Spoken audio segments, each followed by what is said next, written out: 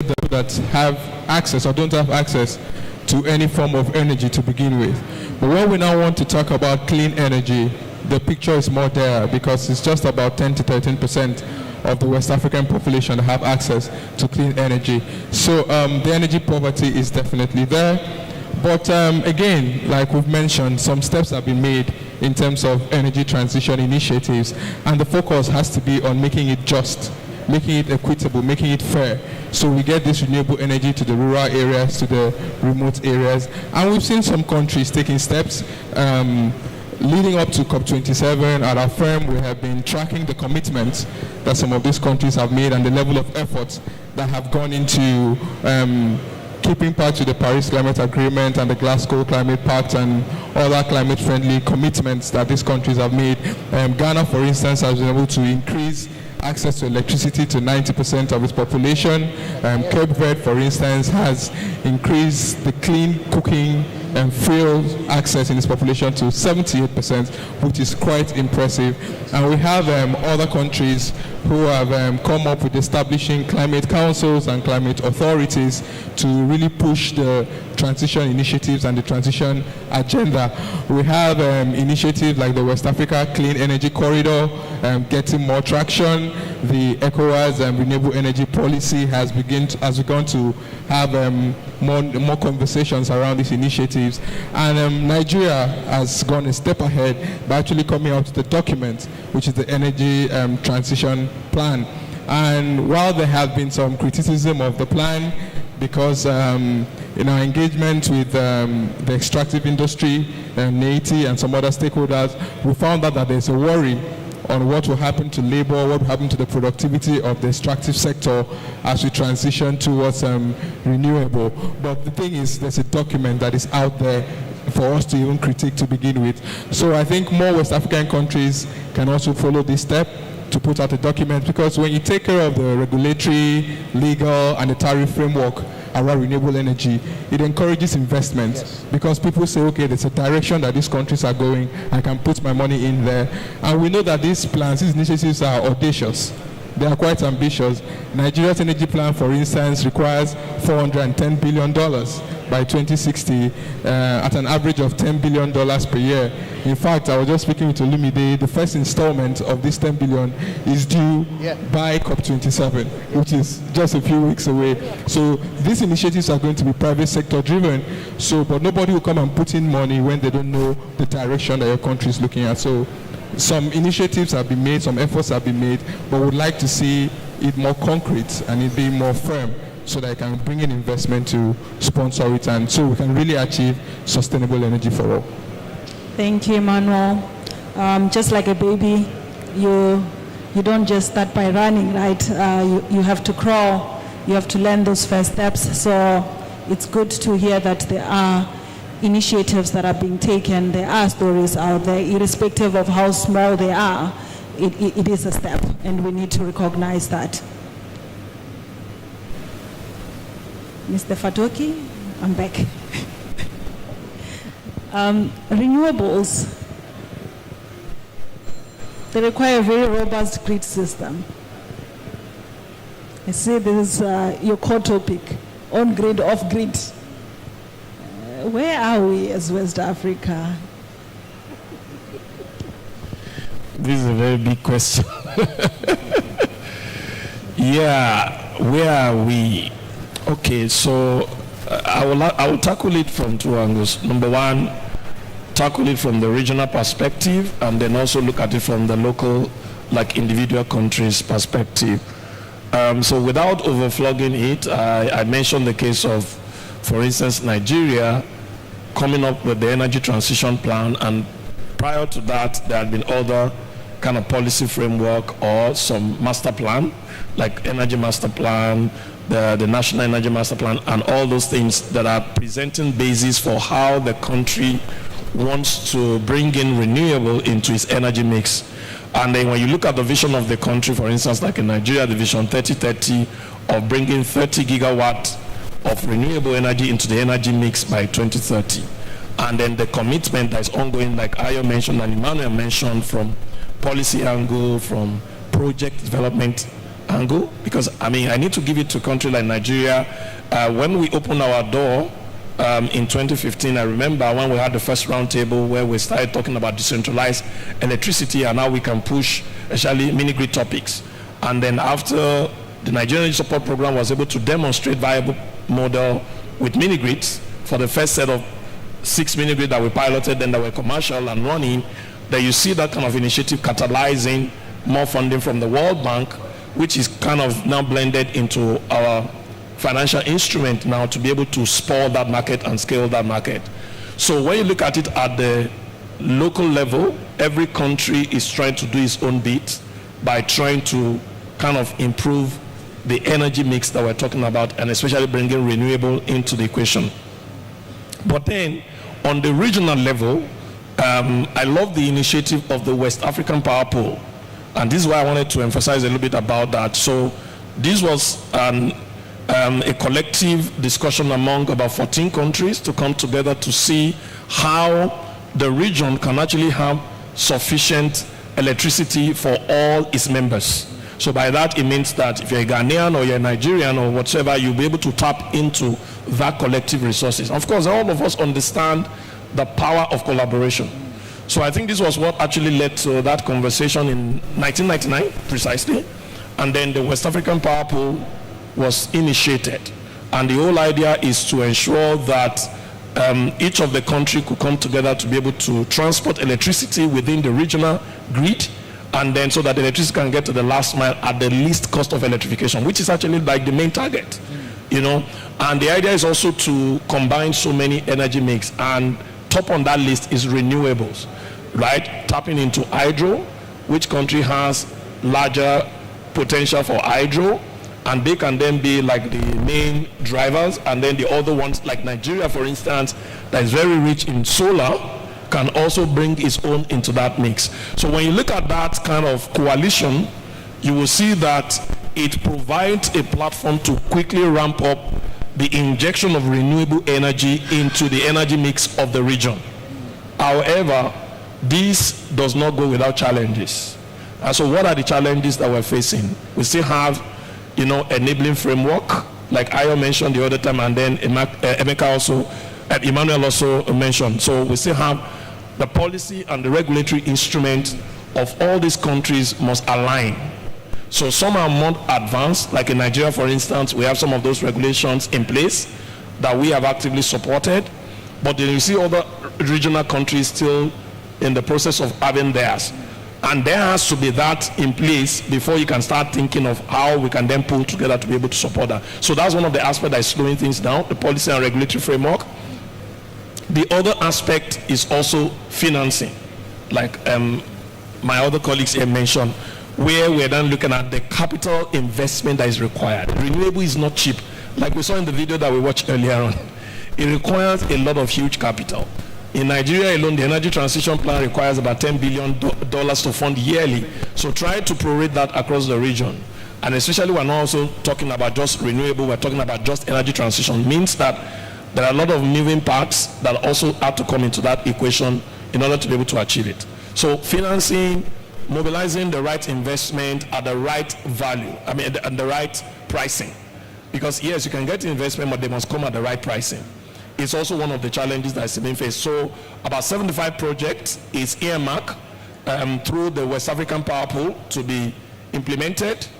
Up until now, I think about 28 are supposed to come from hydro. And as at my last check, about 6 projects are still being profiled to be developed. So you can imagine 6 out of 28 out of 75. All this requires a large investment in order to be able to bring them upstream. The third component I wanted to mention under the challenges is now the capacity. The capacities of the local developers, which is the private players who could actually even roll out those projects. You know, you have challenges around equipment that are even required in order to be able to do it. To be able to strengthen the currently weak transmission grid in even some countries is a lot of effort. Some transformers require 2 years to even manufacture them. So when you begin to prorate that across all that has to be done, you will know that investment in capacity is also required, you know, to scale up local manufacturing, to improve on external manufacturing in order to be able to promote even trades among the regions, to in order to be able to do that. So when you put all this together, you will see the enormous challenges that were being faced. But one thing that we should be proud of is the commitment of individual countries to this West African power pool. So I know that about 9 countries at the moment are already interconnected. Nigeria is part of it, Ghana is part of it, I think Mali is also part of it also. So those countries are now being interconnected, and then there are efforts to connect the other. The idea is that at the end of the day, once we have all this in place, it will be easy for Nigeria to generate electricity and transport into the regional grid, and then someone in Ghana, someone in Benin, someone in Togo, or anywhere will be able to. So electricity will get to the last man at the end of the day, but they require high level of investment. The target is for renewables to be the biggest fraction in the energy mix. The other idea is to also use transition energy like gas in order to be able to bridge that gap until we get to the renewable. But there is commitment across the region. So if we're able to overcome some of these challenges that I mentioned, I think we'll be able to ramp up the need for we'll be able to ramp up the renewable energy coming into the energy mix like we will have desired to. Thank you for that rich insight. So Mr. Ademulua, he's saying he has 75 projects, right? But now he's saying he requires high capital. So now how do we attract the investment? How do we solve the challenge that he has just painted now? Well, I like the fact that my brother here, Manuel, has spoken about something that is very fundamental to access to capital or finance, which is the framework, government's framework and policy. If you have good framework across the West African governments, I'm talking about frameworks that clearly states protection of investors' funds, that also clearly states, how everything will go over the next 20, 25, 50 years. Even though you have government changing 4 years or 8 years, we're talking about policies that are on ground that can protect investment. That is number one. Now, the truth about it is that more than we're even knowing in Nigeria, the global space in this renewable space, the global stakeholders, they are pooling funds together to be able to make projects happen. But one of the things that has been disturbing everybody is the regulatory framework. The other thing that is disturbing a lot of investment coming into some part of the West African countries, or some African countries, or most African countries, has been the foreign exchange. Inability for you to repatriate your investment at the time of repatriation, inability for you to analyze and say, okay, by the time I want to exit this fund, this is what it's going to be like. If you want to take out some hundreds of thousands of dollars out of Nigeria today, I'm sure we all know how easy it is, So that's another thing that is affecting investment. How are we going to get the funds? The truth about it is that the funds are there. I want to say it again. The truth about it is that universally, globally, the funds are there. Now, most of the people are also not, we are ignorant of the cost of energy, because most of the countries have spoiled the people with subsidies. Now, everywhere, electricity is seriously heavily subsidized. And the problem we're having with it heavily subsidized is that it makes the normal business operation in terms of commercials not play out as it should play out in terms of demand and supply. And once the normal commercials are not playing out, the investors are a bit hedgy that we don't know what is going to happen. I'll give you a very vivid example. As a player who plays in the bush, you understand? When I say played in the bush, I mean, we develop power plants and I like to be in the bush. So, now, the tariff for power, using the MITO regulated tariff of NEC for mini grid developers, takes the form of what we call cost reflective tariff. That is to say, in the template of NERC, the regulatory authority for tariff, they allow you to factor your capex and derive your tariff from your capex. So it makes the investment in the off-grid a lot more interesting to the investor because your tariff is reflecting your investment. Now, investment in the on-grid sector, because of the subsidy, cannot fully take the form of cost reflective tariff totally, and this reduces the ability to get investment into the place. So if we are able to create awareness to consumers, and I used to tell people, if it costs you let's say $1 per month to get electricity in a cost reflective regime in the off-grid, in the remote areas, and it costs you, let's say, 60 cents in the city to get on-grid electricity, people always feel that it is cheaper. The truth is that it's not cheaper, because you pay another 50 cents to diesel or petrol. You pay another 40 cents to repairing the generator, inconvenience, waste of your time, inability to be efficient when you want to. So by the time you add all this together, you find out that your real truth tariff, it's almost like maybe $1.50. So once we're able to cascade the understanding down to the last mile, because the truth about it is we're talking about energy transition, we're talking about renewables. How many people in the last mile understand what we're talking about? The conversation is very high among us in the elite, in the cities and urban. But what is our fraction to the total population? So when we have the big population, we find out that many of the people there, they don't even understand what energy transition is. So they gather their firewood, destroy the forest, push out the CO2 as they like. So we struggle, we gather the funds here. We try to do a few projects in the city and some peri-urban, and we think we're able to do the shift. We can't. There's a need for us to do awareness to the grassroots. There's a need for us to have a bi-directional movement. We're running the transition from the bottom of the pyramid. We're running the transition from the urban. Then we all meet in the middle. So the funds are there.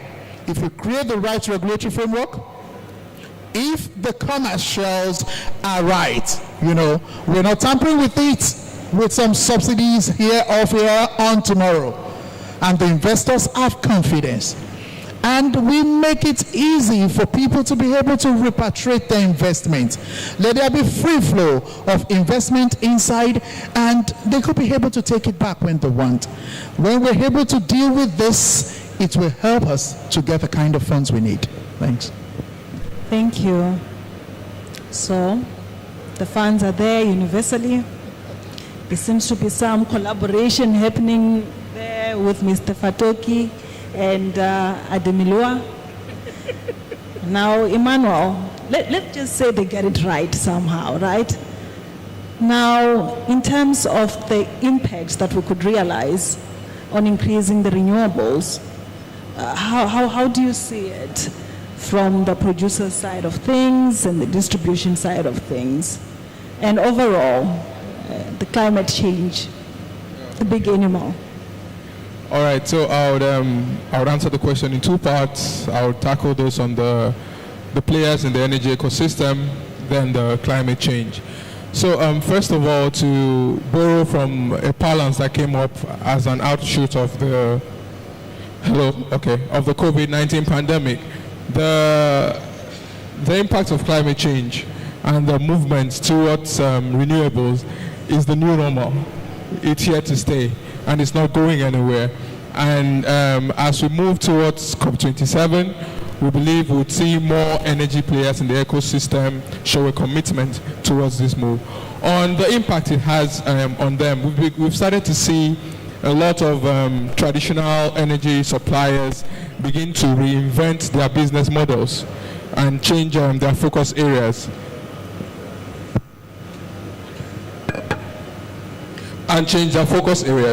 For example, in Nigeria, NNPC is now a privately owned energy company.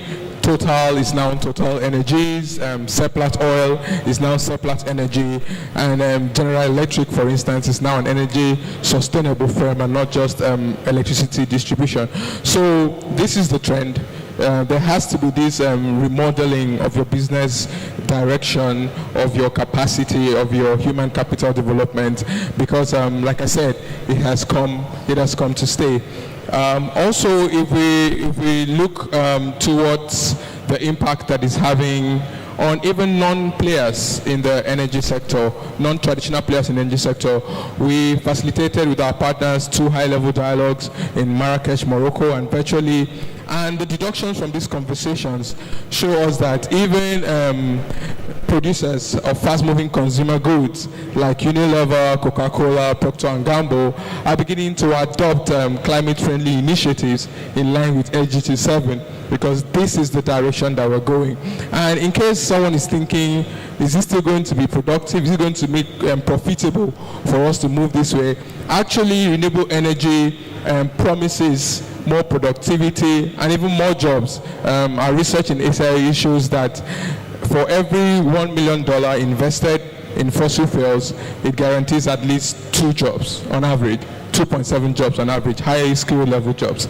But the same amount of $1 million invested in renewable energy would create from between 75 to 15 jobs. This is a massive increase. And overall on the continent, if our energy transition initiatives are fully implemented, there's a potential of creating 5 million jobs by 2030. So this shows that the capacity of transitioning to renewables has is scalable and is productive for a long term. So I think this should be the direction. This is the impact it has on distributors and players in the ecosystem. And on climate change, of course, we know the advantages that an increase in renewables has on climate change, reducing the carbon footprint and all that.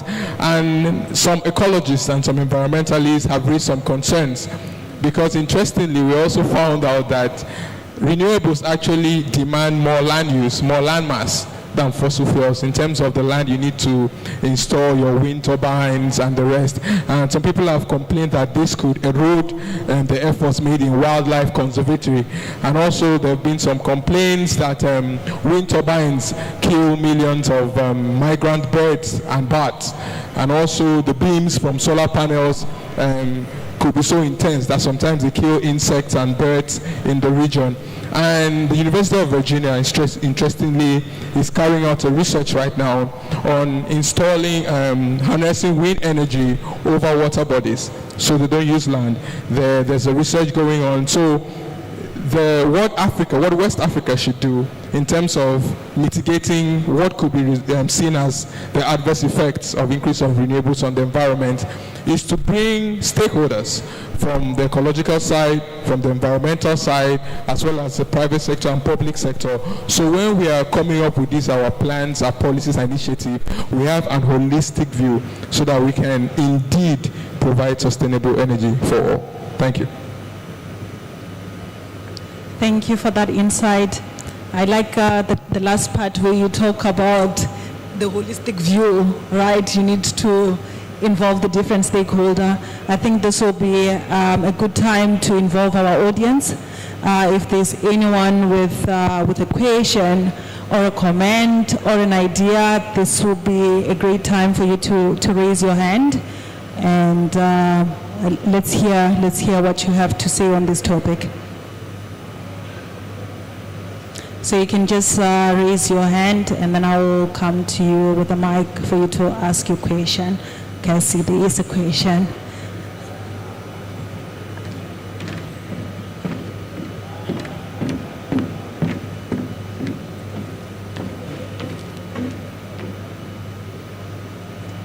Good morning, sir. You can introduce yourself, and then you can.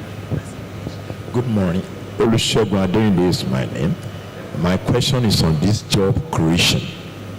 You said injection of $1 million in carbon sector will generate 2 good jobs, high level 2 good jobs.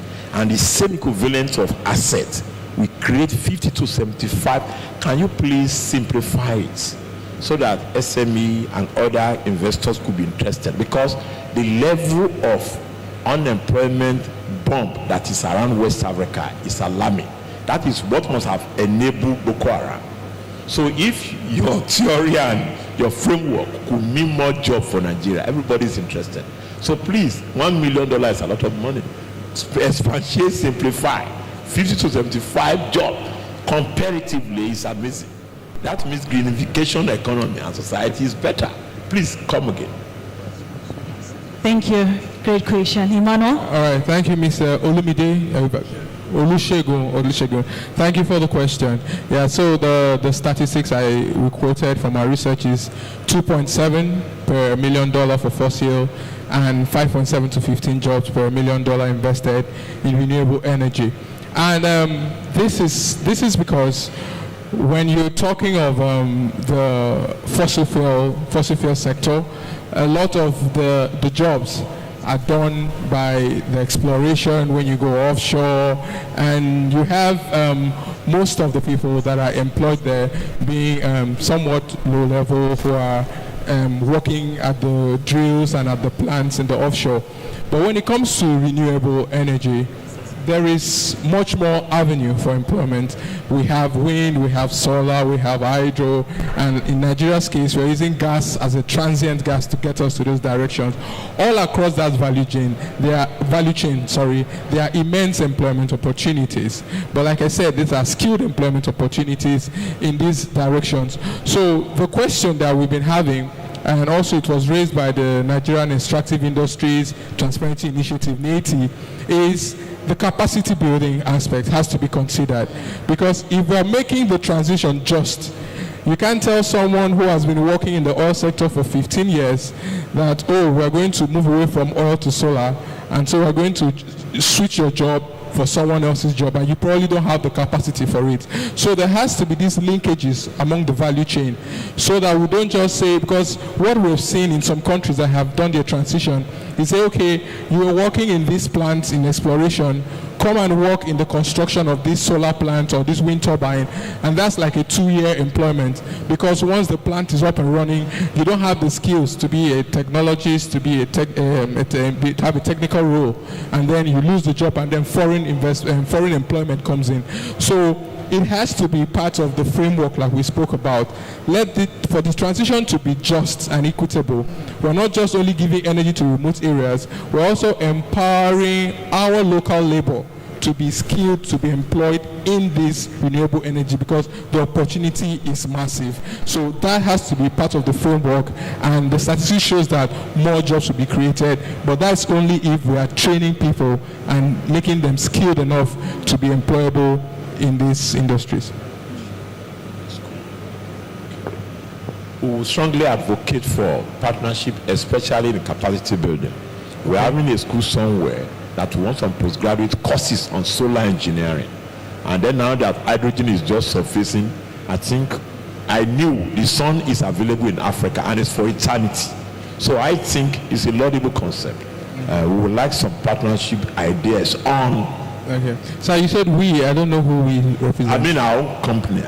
The name, I didn't get the name. Dolac International Limited. Okay. DLI, Dolac International. Okay. Maybe we'll engage after the panel session and talk. Very important. All right, thank you.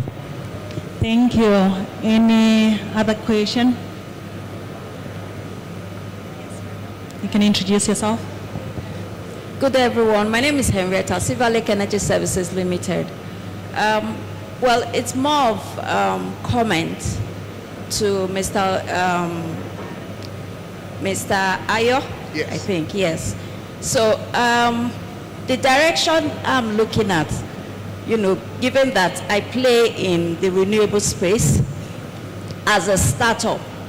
So when we're talking about localizing awareness, how is it being done?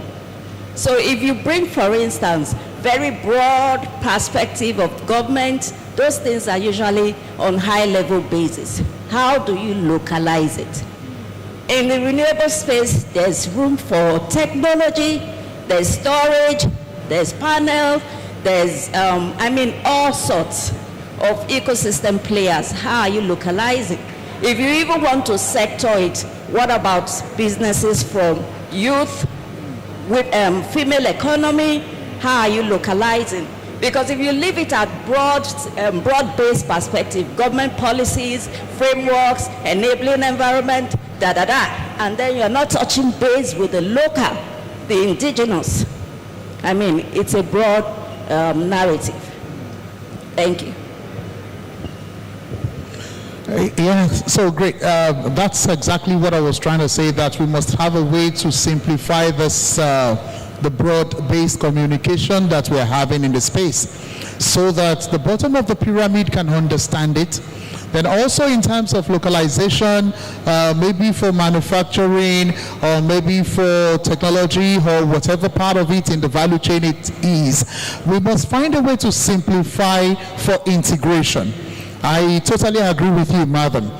But I know we have some advocacy groups, NGOs, and some others who will take on this and find a way to bring it up. At the level for us at Renewable Energy Association of Nigeria, we have student members, and we are planning towards next year to have some capacity building projects and programs that will be around the geopolitical zones. We want to try and see how we can decentralize the focus of growth in the renewables from the center. We're not talking about, so it's not like Lagos, Abuja, Port Harcourt alone. We want to hear from Enugu, we want to hear from Akwa Ibom. We want to see stakeholders and developers also, move up and understand what we're trying to do. Because we believe if we cannot aggregate the transition efforts, we might not be able to get to net zero. Thank you. Thank you. Last question.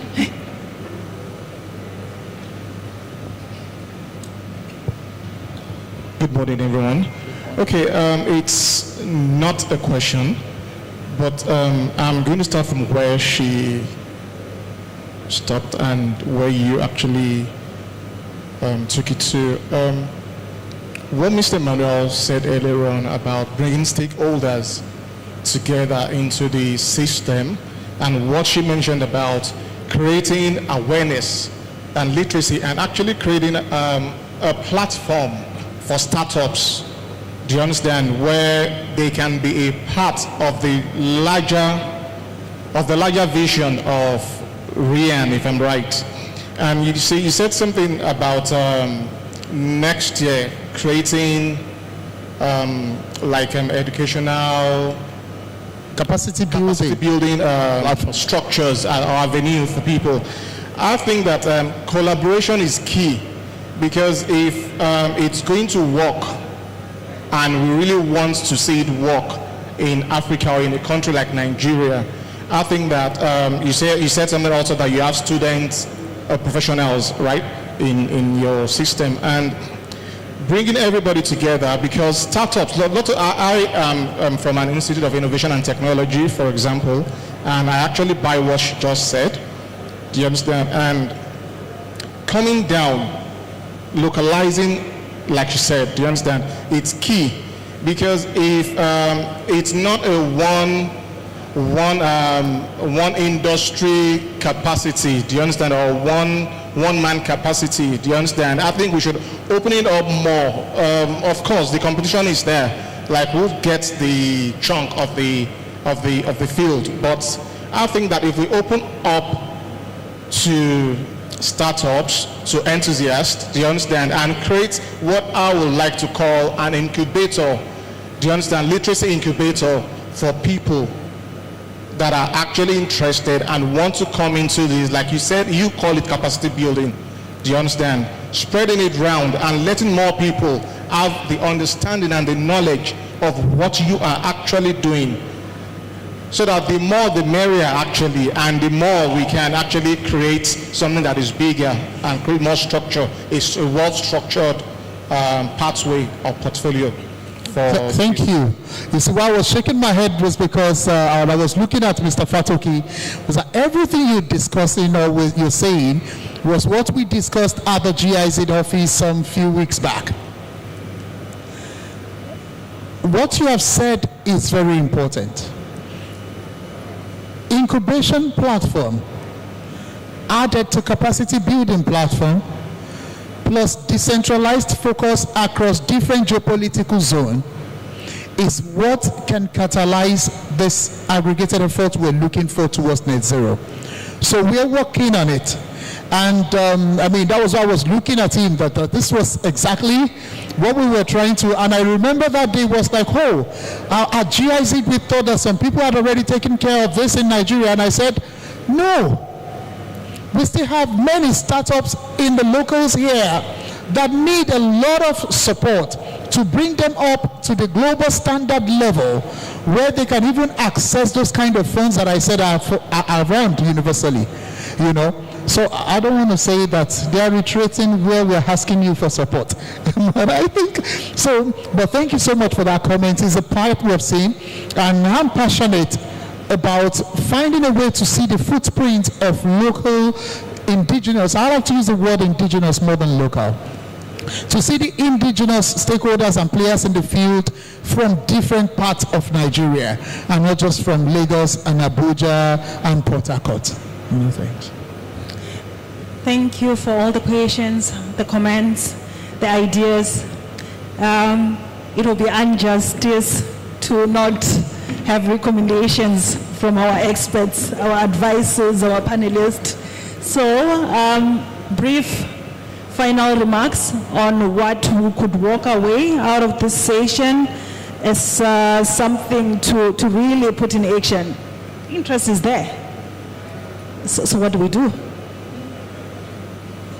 Is that with Mr. Fadoki? Okay.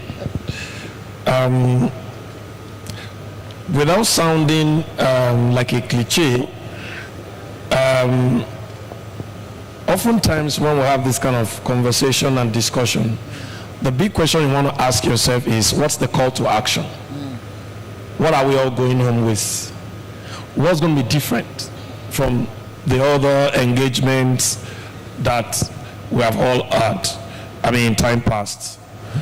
But I always walk away with one thing. If one person will determine to change, then it's just a matter of time we begin to see that change. So mine is going to be more like an appeal to every one of us. We have been able to identify from the conversation that we've had, the rich conversation we've had from the panelists here, the huge opportunities that we have within our space.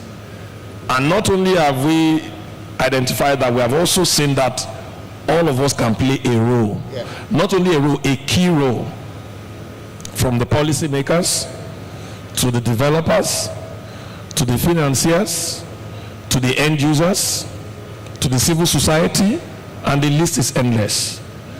So the first thing is for all of us to identify what is going to be our major role and stick to it and stay committed to it and measure how we are delivering on those roles. So as a parting note, I still want to advocate strongly for collaboration. I think we have said it here, we cannot overemphasize it. The need for all of us to pull the wagon in the same direction. What has crippled some of the results that we'll have been able to showcase as of today is because people have been working so much in silos, right? I'm doing my own there, you are doing your own here, and we didn't find that common ground for harmonization. Just this morning when I was just, in my study, just thinking, I was asking myself a question. That the amount of resources that has been pumped into studies alone for us to even develop the blueprint to actualize some of the things that we've touched on today is sufficient enough to have even built some power plants that will have taken thousands and thousands, if not millions, out of. And the reason why those things have remained the same? Because when one study is done, it's shelved somewhere, someone else doesn't have access to it. Collaboration, partnership. We need to kind of unlock that access to this reposition of body of knowledge. So for instance, if World Bank had paid for a study on West Africa, for instance, on how to improve. Recently, there was a report that 500 million people could benefit from mini-grid, and I think it was published by the World Bank. That report, I expect it to be accessible to as many people as possible, so that someone will not come tomorrow, another donor agency will not come tomorrow, or another person will not come tomorrow to come and reinvest in. Can we find the number of people that can actually benefit from mini-grid? So that's one part that I want to touch on even as we wrap up, that there's a need for us to have extensive stakeholders engagement with frank conversation and strong commitment to collaboration, that we will not duplicate effort. If we do this, it will help us to still be able to then effectively utilize our resources better, and then we can achieve the universal energy access that we're all aiming for. Thank you. Yeah, so final words from me would be that, like I started with, the space is big. And I want to tell the chief that spoke last that the truth is the balance we use in the Renewable Energy Association of Nigeria is that we're not competitors. The space in Nigeria is too big for you to see yourselves as competitors. How many players are in the industry right now, in the renewable energy industry? In the hydro, in the biogas, in the solar, in the clean cooking space, in energy efficiency? How many players? Let's put them on top of 200 million people. So we should foster collaborations. We should be able to come together to do things. The fact that you're going to progress in what you're doing does not stop me from progressing. So we should not see ourselves as competitors. The space is too big for us to be competing right now. Maybe in the next 30 or 40 years, we can be saying we're competing. But if I'm holding one corner, you find another corner and go and develop. We have two big corners to develop, many corners to develop. So you need to just find your own space and be growing there. Then when you're able to saturate it, you find another fallow ground and grow. Then let's hope that maybe when we are midway to our net zero, then we can begin to say, okay, we want to be competing. But for now, if you're a startup, if you're an experienced player in the field, don't see us as competitors in this sector. Let's share information among ourselves. Let's not hoard information like he was saying. Let's have a repository for database for information and share. I preach sharing, Let's share everything. Whatever it's taking you or making you to grow big in your corner, let someone else have it. We need many people to grow big to do net zero at 2060. Thanks. Thank you. Thank you. Last thoughts from me. I'll just point on two things. One is there's an undeniable nexus between climate change, the environment, and health security. So when we're talking about renewables, we should understand that it also has environmental impact and it has human impact in terms of health. So sometimes these conversations are almost always positioned to seem abstract and far-fetched. These are things that have relevance and impact to the human beings involved. And so we should have that in mind, and we should approach it with this mindset that we are saving our world, we are saving ourselves. Also, I would like to also hamper again on accessibility to information. We don't want RE to go the way the fossil fuel went. We want to take it to the remote areas. We want to take it to the rural areas. But we cannot give them something they do not know about. These conversations should not only end in high-level panels and elite gatherings like this, like Mr. Ayo said. I think part of the West Africa Clean Energy Corridor Initiative, one of the foundations is accessibility to information. We should take this information as CSOs, as public and private sector, to the rural communities. Let them understand that if I'm telling you to stop felling trees and using waste for your firewood, this is the reason why, and this is what I'm giving you as an alternative. This is how you can maintain it and sustain it, and this is the advantages it has for you. Break it down in terms of local language, local parlance, infographics, and whatnot. Let this information get to them before the technology does, so that when it gets to them, they can maintain it, they can harness it, and we can really say we have sustainable energy for all. Thank you. Thank you very much for the final remarks. Collaboration, sharing, awareness. Let's go and practice it. Let's walk the talk. Thank you very much for the panelist discussion. Let's give them a hand of applause. And thank you.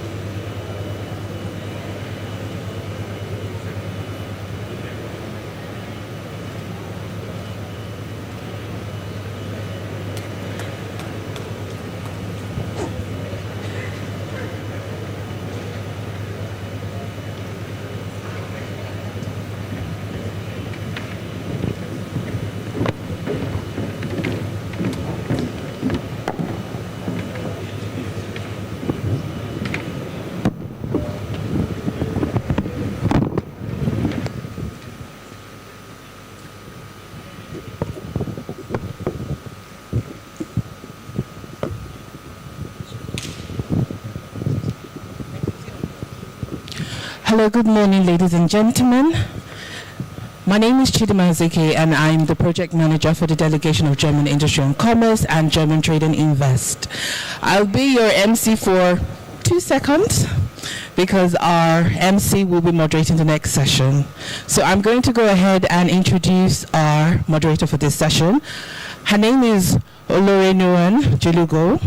Noan is a financial accountant at the Delegation of German Industry and Commerce in Nigeria, with expertise in finance for renewable energy. In addition to being a fellow of the ACCA, she also holds a CISA qualification. And so now Noan will take this next panel session. Thank you.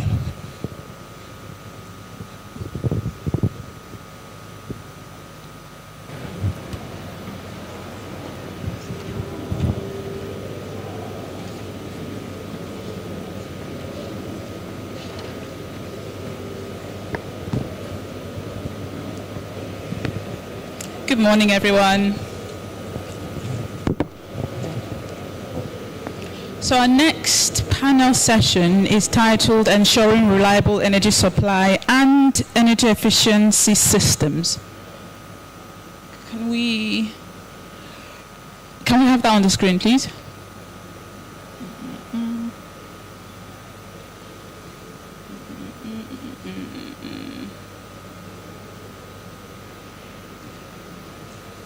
Can we have the title on the screen, please?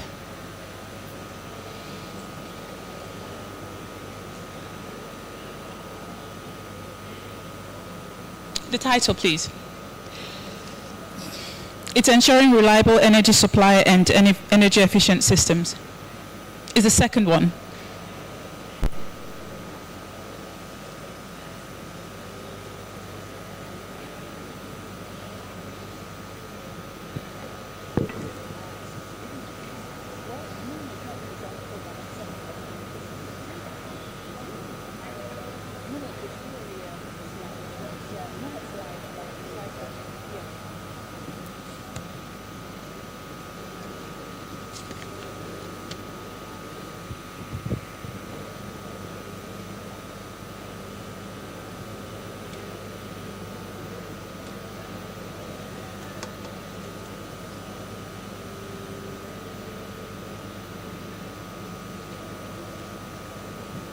Thank you.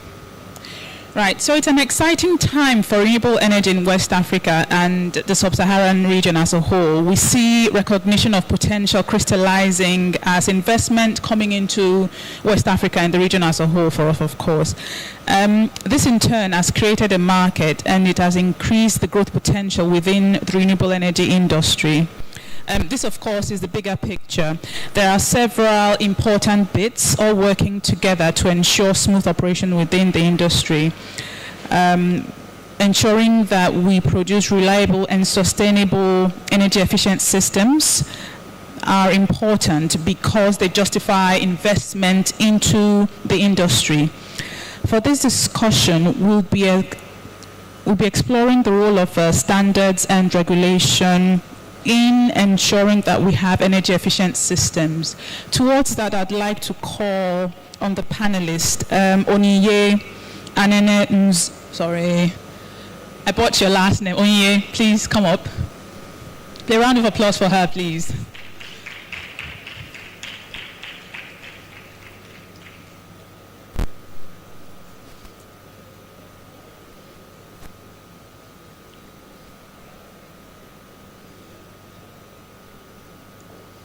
Thank you. Anyway, it'll be fine.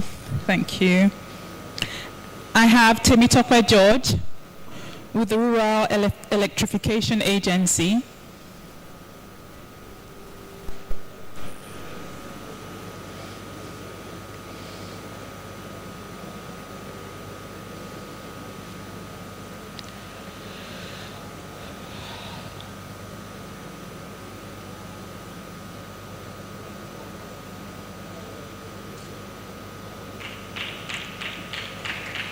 Thank you and welcome.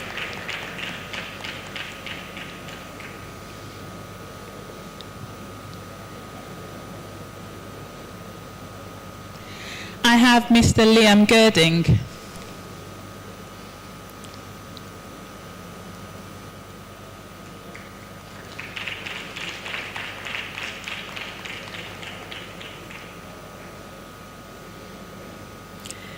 And Mr. Joshua Garba as well.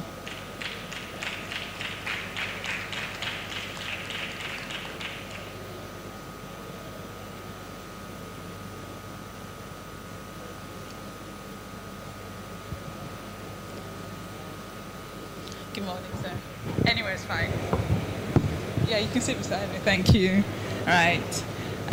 Before we start, I'd allow the panelists to introduce themselves.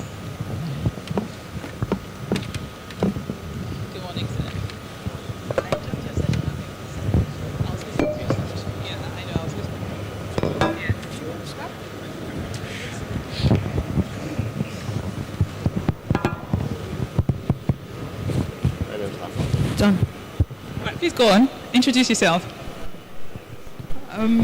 Good afternoon, everyone. My name is Onyeka Nenenzelu. I'm the head of mini grids for NG Energy Access Nigeria. NG Energy Access is a leading pay-as-you-go solar home system and mini grids developers in Africa. We're present in 9 African countries, from the east to the south and the west. We connect unserved and underserved customers through solar home systems and mini grids across Africa. Today we have 1.5 million customers already connected and on target, to keep working together with all the government agencies to continually end the energy deficit in Africa. Thank you. Good afternoon, everyone. My name is Temitope George. I head the Energy Efficient Productive Use Appliances and Equipment component under the Nigeria Electrification Project. The Nigeria Electrification Project is a creation of the Rural Electrification Agency, the agency of the federal government that is in charge of dispersing 550 million US grants, $550 million US dollar grants funded by the World Bank and African Development Bank.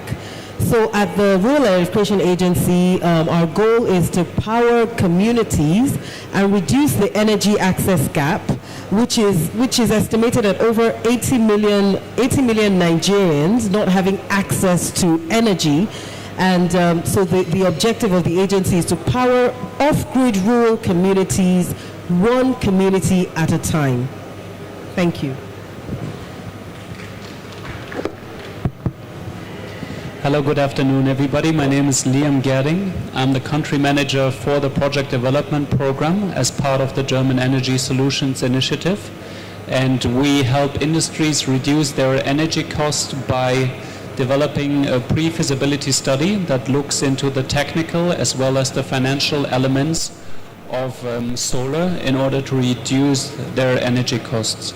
So we are accompanying companies looking into the energy supply, looking into business models, whatever is best suited for their demands. And then we support them also with finding the right partners to implement these projects. Thank you. Good afternoon, everyone. My name is Joshua Yadigalba. I work for the Nigerian Energy Support Program as the head of unit for enabling environment for renewable energy and energy efficiency investments. The program is co-funded by the European Union and the German government and implemented by GIZ and also the Federal Ministry of Power. Prior to being the head of program, I was the advisor working to support implementation of energy efficiency in the industrial sector, and also have worked with the government in the capacity of an energy management specialist with the Energy Commission of Nigeria. Thank you all. So my first question is to Temitope. I'd like to know if you can tell us the standardizations available for projects that you install in rural areas. That's in respect to installations and... Thank you. So since with the Nigerian Electrician Project, the grants are provided to private sector companies. So those companies need to, their equipment has to comply with standard organizations of Nigeria, particularly for the imported equipment.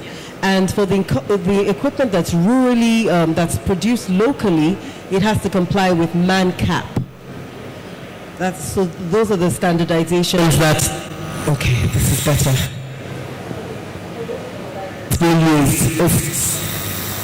Standard organizations of Nigeria and MANCAP. While holding that thought, I suppose I should ask again, do you have any standards regarding the installation of the projects itself as to how you expect projects to run, not just the importation? Yes, we do. Well understood, well understood. So we had consultants, so before, when the project was being designed, we had consultants in ENSIS work with us to come up with technical standards that they have to comply with. So the mini grids have to comply with certain technical standards, and the developers have to bid against those standards. So for under the Nigerian Electrician Project, the one that's funded by the World Bank, they've installed about over 70 mini grids, over 70 mini grids under the World Bank, and it's under a performance-based program, right?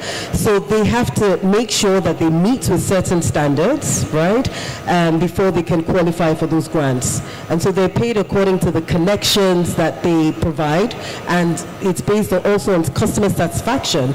So they're verified to ensure that the customers are receiving the power, and they're receiving the power at a particular standard, a quality standard that is provided in the technical standards document. Right, thank you. Mr. Garba, she mentioned earlier adhering to supply standards. I know that before your work with GIZ, you have done some work in that area as well. Would you tell us what your particular challenges are, or your experience with standards for importing energy equipment into Nigeria? Yes, so before now, we didn't really have the standards. But one of the things we did, let me start with standards for importation. One of the things we did was to support the Standards Organization of Nigeria from NSP side with the development of standards like, for example, for solar PV components, which has to do with the panels, the batteries, and the charge controllers and other stuff. Then also the development of the minimum energy performance standards for especially like air conditioners, which we also supported. Now we have these standards. And for the mini grids, we have also support like the Nigerian Electricity Management Services Agency, with sort of like a guideline for the development of mini grids. Now, there were challenges, and we still have challenges now. First, I see lack of awareness is one. Two, I see commitment from the public sector and also the private sector in terms of enforcement. Now, for developers, not really developers, few developers like cutting corners, which is a challenge. I'm sorry. I see you're nodding there. Okay. Is Temitope nodding her head? Okay. Yeah. So I won't go far on that. Since Temitope did not nod her head, but then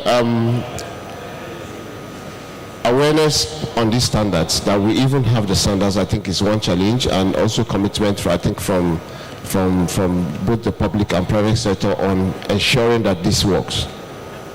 Right. Okay. So my next question is for you, Oniye. You pretty much volunteered. Speaking about project efficiency, I know that you have projects in Nigeria, some other countries in West Africa. I don't know if you're in East Africa, but focusing on West Africa, how do you talk us through your project efficiency? What I mean is, do you have the same standards in Nigeria? Are you implementing across board? Does your company say we have a certain standards? Are you adhering to any national standards within West Africa? Okay, yes, thank you very much. Like I mentioned earlier, NG Energy Access is in 9 African countries. In West Africa, we are in Nigeria, Cote d'Ivoire, and and Togo. And then we are in Zambia, Tanzania, Mozambique, Uganda, Kenya. And across these countries, as you can imagine, it is centrally led. So it means that at least for the technical standards, we maintain same standards.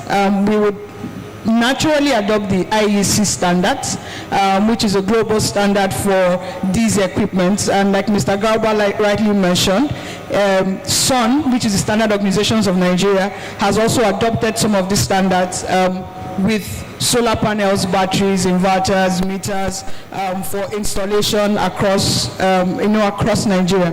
In other countries, of course, certain countries also have their own unique standards. So what is good and what I think is useful for us at NG is that we take it a step higher for our installations to then pick global standards like IEC, and to make sure that, because most countries will typically adopt IEC, or in many instances you even find countries that have lower standards than IEC. So that puts us at a higher pedestal for these importations. Other countries may be a bit nascent in terms of their development. So some countries do not even already have the standards documented. But since as NG we already adopt the IEC standards for our installations and procurement, we find that we are always in line with the standards, specifically for Nigeria and how we build our mini grids. So essentially, for importation of these items, you maintain the Standard Organization of Nigeria standards for importation. In terms of installations, usually after your installation and before your project goes live, NEMSA, the Nigerian Electricity Management Services Agency, would actually have to come to the site physically with testing and commissioning materials, assess that site, look at everything, run tests on all the equipment, make sure interconnection is done properly, make sure all the equipment are properly installed, and it's actually after the NEMSA certification that you have the right to operate that site in Nigeria. And especially if you're looking for the grants from Rural Electrification Agency, without the NEMSA certificate, you cannot get those grants. So which gives you a financial incentive also to be able to maintain those standards. That's interesting. Is that just for private projects or for government-backed projects as well? NEMSA is Nigeria Electricity Management Services Agency. They are supposed to access every electrical installation in the country. Right, but is that being done is the question? It is being done, and I can say that on my site. You paused for a minute, so I can't speak for everybody, like he rightly mentioned, enforcement. But where it is enforced, like I said, I have a financial incentive. Many good developers have a financial incentive to do NEMSA, because without NEMSA, you can't access the World Bank grants. So there's no need for enforcement. There's a financial incentive to do it. But the mandate of NEMSA is to commission every electrical installation in Nigeria. Grid, off-grid, manufacturing, it's their mandate. So my next question is for Liam. I know that you're involved in large projects. This is both in the private sector and government-backed as well. Is there a difference to how you go about such projects in terms if it's government-backed and private sector? Is there a difference? So the main idea, I think, from our project is really to work with the private sector. So the idea is that deal closing time with the private sector usually is shorter. Also, in order to assess the bankability of these projects, it's easier. So the main focus is actually working on the commerce and industry, so the C&I sector, and help them to reduce their energy cost with solar projects. And we recently also began developing a little bit of working together with, for example, water utilities that are also government owned most of the times, but of course the financing question is always an issue because a lot of independent power producers, they shy away with actually signing power purchase agreements with public off-takers if they don't have any kind of guarantees or any other kind of support mechanism that will ensure them that they actually get paid. So it is difficult, I think, to set up these third-party ownership models with government institutions if you don't have any additional guarantees or any other support mechanisms. So for that matter, we focus on developing solar projects for the private sector because the bankability is easier assessed with these kind of off-takers. It's interesting that you mention bankability because that sort of leads to my next question, and this is for everyone on that side. Mr. Garba, I'll come to you in a minute as well. For large industrial C&I projects, talking about efficiency at this, I know Onye and I had an interesting discussion before we started this about efficiency. Looking at it from the design and installation perspective as opposed to the financing. In financing, we would say it is effective or it is efficient if it reduces your cost. E.g., if I'm spending 10 million naira every month for energy and you tell me I can save 3 million, then I think that that's effective. Would that be your key deciding factor as well? Here I think it always depends a little bit on what the off-taker wants. So what is driving what is his motivation? Because we, even here in Nigeria, there's some companies that have sustainability goals and they want to reduce their carbon footprint. So for them, maybe the return on the investment is not the only driving factor. So of course, they are happy if these projects are profitable, but they would also like to reduce their CO2 emissions. So sometimes they're actually asking for a larger system, which has a slightly lower return on investment, but it will allow them to actually reduce much more of the carbon emissions. So this is actually something that we've seen picking up here in Nigeria and also in other countries and also for other institutions. It's been, for example, in the garment industry in countries such as Vietnam, it has actually already been quite a driving motivation factor, I would say, for these kind of companies because they get pressure from the brands that they supply their products to actually reduce their carbon footprint. So I think it depends on the motivation of the company. For some of them, it is still, the main motivation is to reduce their energy cost from day one, not only year one, but from day one. But others, they also have other motivations that come into play when making a decision, and that, of course, has an impact on the system size, also the system type. Sometimes then they would add some batteries in order to, capture more of the electricity or provide more electricity with the renewable energy system. So it depends a little bit on the motivation of the off-taker. Temitope, would the financial incentive just be, is that the key factor, the deciding factor in making grants to organizations who install systems? So looking at the mini-grid space, right, and particularly the renewable energy space in Nigeria, a lot of companies will not be able to deploy these mini-grids without some grants funding. They won't be able to. And in fact, in spite of the grant funding, so because the grant funding in most cases, the way it's structured, it's performance-based, right? So that means they have to deploy first, they have to install before they can access that grant. So I smiled when Mr. Garba was talking about some mini grid developers cut corners, because we have an independent verification agent and a verification process. They can access the grant. If they don't do all this trouble to install, to finance, to pay for the upfront capital to install, and they don't have NEMSA certification, they don't adhere with SON standards, they won't access the grant. So it'll be a sunk cost that they can't recoup. So, but with mini grids in Nigeria, the way the industry is now, the lot of them, the plan is for sustainability, is to also make sure that these mini grids are self-sustaining. So these mini grids can, apart from getting their return, mini grids in rural communities, getting their return on investment is challenging, because a lot of these rural communities affordability is a big issue.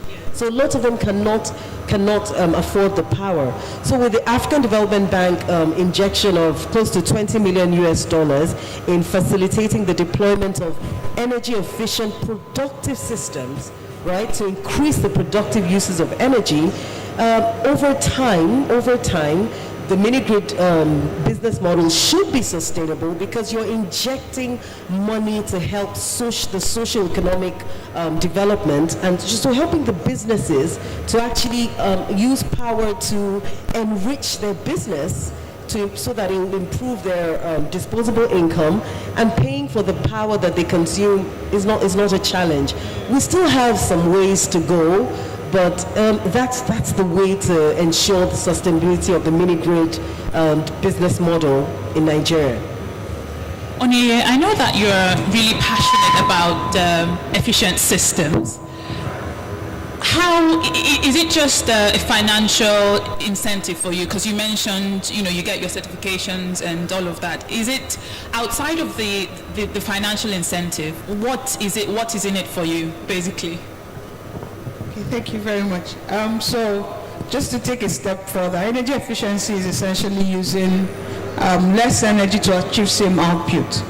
And by less energy actually means less cost, because if the energy cost is fixed, if the energy cost is 50 naira per kilowatt, and I needed 1 kilowatt to achieve same thing, and if by deploying any energy efficient measure, I'm then doing 0.8, it then means I need 40 naira. So it's a clear financial incentive, right? That is that once you are able to implement energy efficient measures in managing your entire energy value chain, there is a clear savings, because what you're essentially doing is eliminating waste. And we can see that across the industry, wherever energy is used, the chances are there are opportunities to save on waste and to, save money, essentially. And then we then go into, the impact on climate. So regardless of the energy source, my old example, if we were using fossil fuel to generate that energy, and if we reduced it by 0.2% to 0.8, it means that whatever impact is having on the climate has also been reduced. Again, that is a huge incentive, to keep driving towards energy efficiency. For example, in the mini grids that we operate, even though we want to be financially viable, we also, try to make sure that energy efficient equipment are deployed. So it's easier for a customer in rural communities to buy an incandescent bulb, because it's cheaper, right? Maybe you buy it for 100 naira, but an incandescent bulb is probably 100 watts. But you buy an LED bulb, say for 1,000 naira, but it's 5 watts. So over time, the cost of buying the bulbs, one, is cheaper, but by the time you then try to use the bulb over a period of time, your utilization cost is lower when it's a bit more energy efficient. So we find that deploying and encouraging our customers to use energy efficient materials.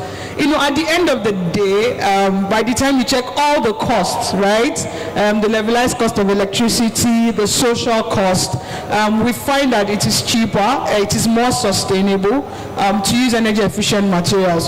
So I'll give you another example. In some of these rural areas, you deploy a mini grid, and maybe before then something was already going on. Customers were using diesel or petrol to power their systems, and you find very interesting fabrication. So you find a fabricated fridge, right, using an air conditioner system. So takes out the back of the air conditioner, puts it in a container, and it's a fridge in a local community. That is probably times 10 times 5 of the energy used, as opposed to you go to the market today and buy a new fridge, right? You buy a new fridge. Fridges today are maybe 200 watts. Those machines are maybe 2 horsepower, so 1.5 kilowatts. So by order of magnitude, just by changing that fridge, we find that energy use is less. The customers get to pay less, and interestingly, there's more energy for others to use because you're not drawing so much on your supply, right? There's now more energy for everybody to use, and then you find a way to fully optimize your system. So with energy efficiency, you can optimize your entire energy supply, both supply and demand system. You build around your resilience. Your energy system can withstand any other shock that comes to it, and you're able to levelize things across the sector. So I think driving with both renewable energy and energy efficient system, helps us achieve whatever goal we want to talk about: financial goals, energy transition goals, resilient systems, reliable systems. We get all of that by going with renewable energy and energy efficient systems. Thank you. So the next question is for Mr. Garba and Liam as well. Onyinye has mentioned that, to summarize, you tell me if I'm wrong, energy efficiency, it's not just about the financial initiative, it's not just efficiency in terms of cost, it should be efficient in terms of energy use as well. So my question is, as GIZ, what do you see, or what's your role in the industry towards ensuring that your projects are efficient, not just in terms of finance, but in terms of use as well? I mean, like she mentioned, in rural areas, you can explain in layman's terms that, if it costs, I can reduce your cost from 20 naira to 10 naira. But not so much, I'm not sure it will translate well in a rural area if I were to say, well, if you buy this for 5,000 naira, it will reduce your cost over time. It does make sense, but I'm not sure that it translates well in everyday terms. So how do you sell that energy efficiency in the CNI sector? Okay, it's hard actually to sell it. Yeah, but then our goal as NESP for the industrial sector or for CNI is actually to improve the competitiveness of these companies, global competitiveness of our companies. Now, I said it in the other session that I'm just coming from. There are 3 things that consume financing in CNI: energy, human resource, and raw materials.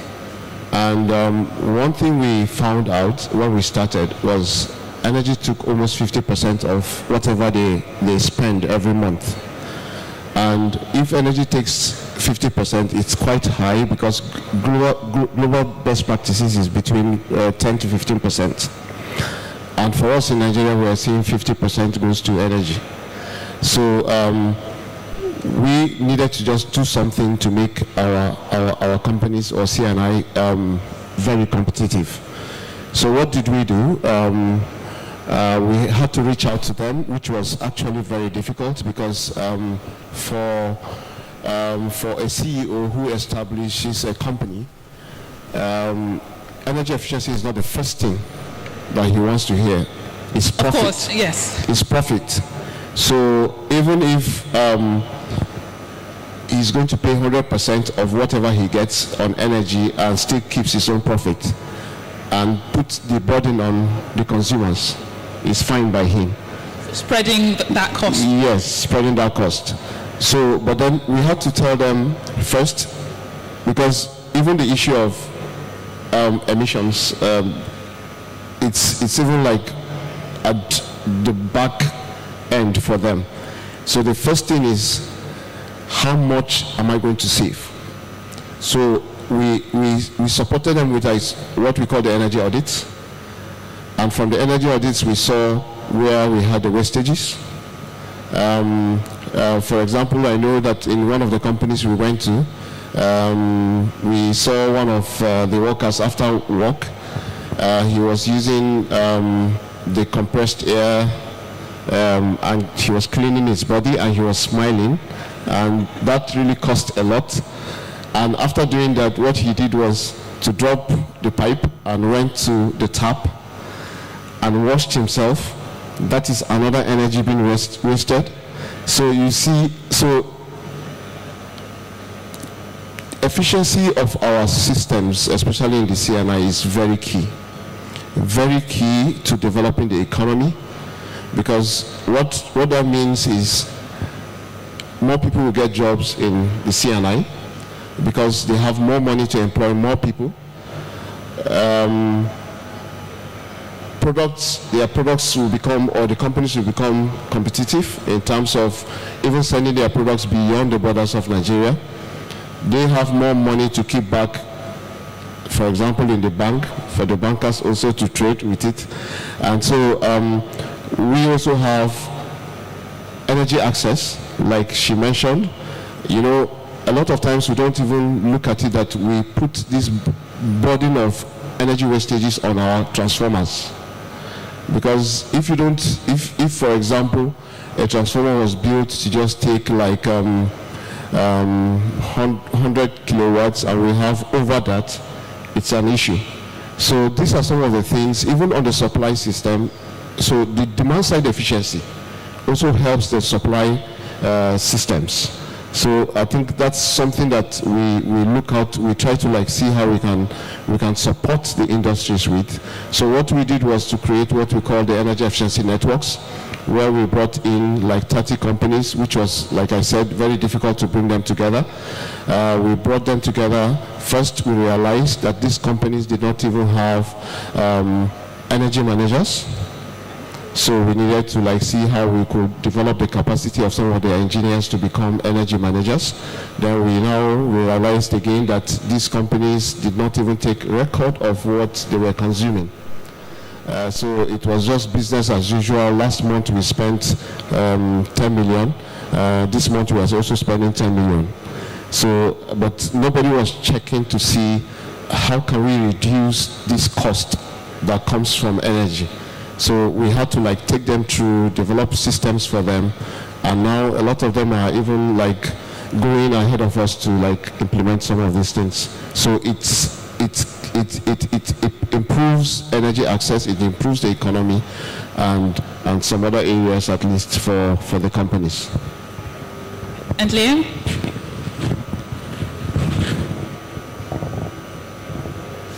Thank you. Yes, maybe just to give one example about the efficiency in industries. I think first of all, the companies and especially the management needs to have the awareness about these, right? Because a lot of times when we work with industries, we actually go to the industries and we log their energy consumptions in order to have the accurate data on how much they're actually consuming at any given point in time. And I think this helps us a lot to give them a clear picture.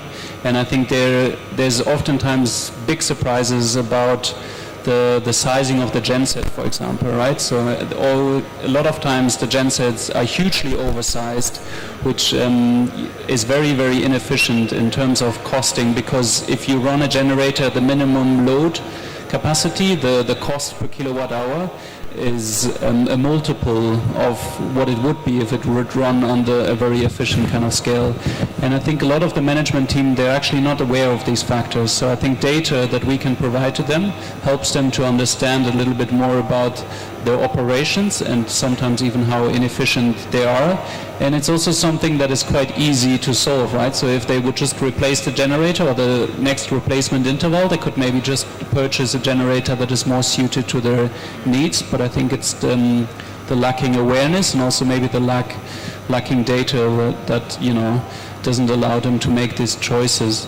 And then one other aspect that is of course also a big issue here in Nigeria is the reliability of the supply. So a lot of production cycles that we see, they need security of supply in order for the products to actually be implemented. So you can imagine if you're an ice cream manufacturer, of course, if you have a lot of times where you don't have electricity, then maybe the quality of your product would actually not be as high because you can't ensure constant cooling of the ice cream. And that of course is also relevant for other industries, especially those requiring a cold chain. So I think there's many ways actually where creating awareness with the data that we can provide actually helps industries to also tap into the potentials and the savings of solutions in that area. Thanks. And are there any initiatives or any action being done by independent power producers towards educating CNIs and other users towards energy savings? Yes, I think that's also a market that is kind of developing nowadays actually. So some independent power producers, they would like to venture into energy efficiency by also offering financing for more energy efficient equipments. So I think this is something that we see starting to pick up, although it is still a bit more difficult to actually capitalize on the savings because you're buying equipment, so it's rather like an equipment financing that you would provide that is very energy efficient and you would save money on that, but it's a bit more tricky than solar, I would say, to set it up and to agree on the financing terms. But it is something that has, because the savings you can achieve with energy efficiency measures are sometimes even greater or less capital intensive than other solar projects. So it's something that is picking up with project developers offering these services to industries. You have a comment, Mr. Garba? Yes, I think one thing is we are beginning to see ESCOs, energy service companies, come up to support in this area where they take off the burden of initial investments of the companies and do these installations, and sometimes the agreements go as far as even maintenance. Up until the company is able to pay off the cost of installations and other things. But then one thing we also try to support the companies with is in signing off the agreements because some of the companies that we have been working with have a challenge, especially in terms of supply of some of the energy fuels, and we have some of them even sign agreements that has to do with take or pay. So whether they use or they don't use, they still pay. So there the burden is on them, and it's not efficient at all. So, but we have some ESCOs now, and we are still trying to identify some ESCOs also to develop the capacity of our ESCOs, especially in terms of developing the technical model or proposals, financial models, business models, investment models that could work in Nigeria, because we can't even use any other kind of model. Nigeria is a very peculiar environment and society, so these models will have to we'll have to test these models in a pilot to see if they could work in Nigeria. How does this work in rural areas? Whose responsibility is it to educate people on energy efficiency? Is it your job or Onye's job? So it's both our jobs. So so the mini grid developer is expected to educate its customers because you want the customers to take up the energy, right? So when they do their demand audits, when they go to the communities, before they even go to put in a mini grid, they have to educate them, they have to do community engagement, speak to the leaders, tell them that, look, this power that they're going to get, they're going to have to pay for it. In addition, what we have under the Nigeria Electrification Project, particularly the African Development Bank funded part of it on the productive use energy efficient appliances and equipment, we have a consultancy, a training consultancy that is specifically focused on improving the body of knowledge on energy efficiency. So they will not just, and that training consultancy, the TOR for that training consultancy is not just to educate, it's not just to engage mini-grid developers who are already involved in the business, but also educational institutions as well, to start teaching students about energy efficiency, and also to teach the rural businesses how to access financing,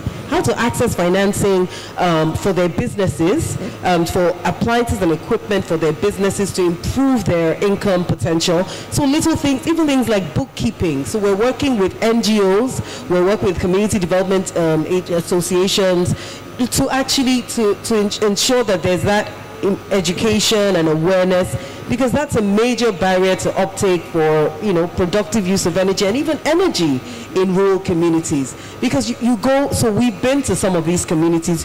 When you go there, when you see a woman with a grinder and she's like, putting in all her labor and everything, you tell her that, we can get you an energy efficient grinder. And they're like, I want it. And then you go there, the developer goes there, takes a demand audit, they'll all say they want it. By the time you start talking about cost, by the time you start putting a figure to it, and by the time we go there as some representative from Rural Electrification Agency, the impression is that, no, the government is going to give us this for free. And we're like, but government can't give this to you for free, because government has told you that you have to pay for the power, because the power is being provided by a private developer who has to make a decent return on their investment. So we're just supporting, but with the grants, we expect that with the grants for energy efficient appliances and equipment, we expect that it will cascade to the rural customer. So it will result in a reduction in cost of the equipment to the rural customer. We know that this is not sustainable, but over time, the hope is that over time, there will be sufficient information, sufficient awareness, sufficient economic development in these communities to the extent that they're able to actually acquire these equipment and appliances themselves without the grant funding.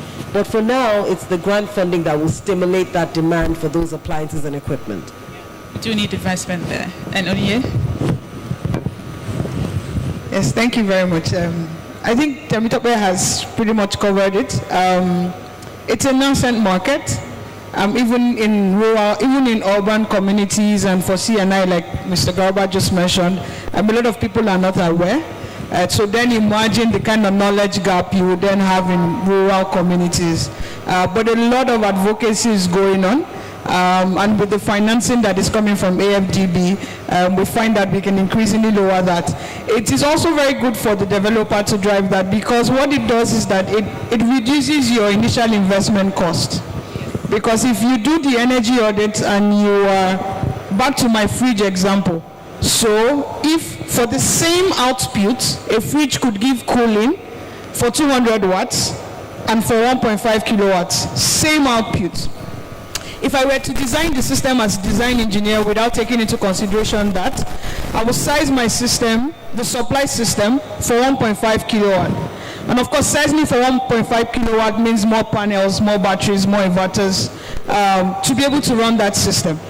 And of course, that means more cost. So let's assume it's 100 naira per 100 kilowatts. So it means I need 1,500 naira. But imagine then, there's a 200 watt fridge, and I was designing specifically for that. I remember that output is the same, so it's same cooling.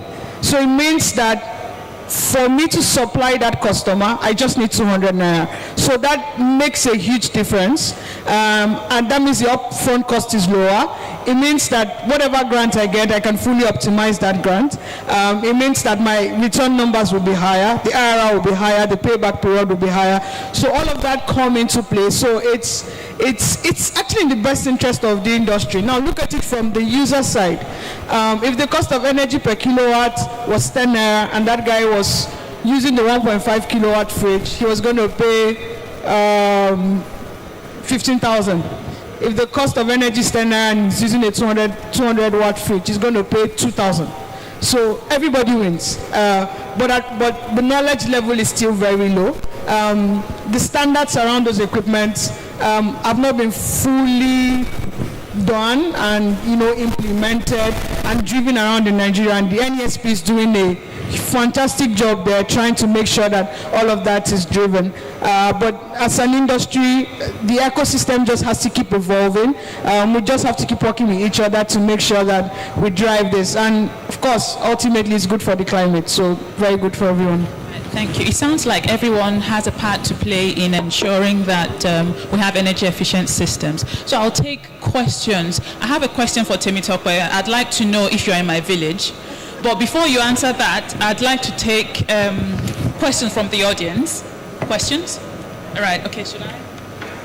I'll just come down. All right. I'll tell you where my village is and then...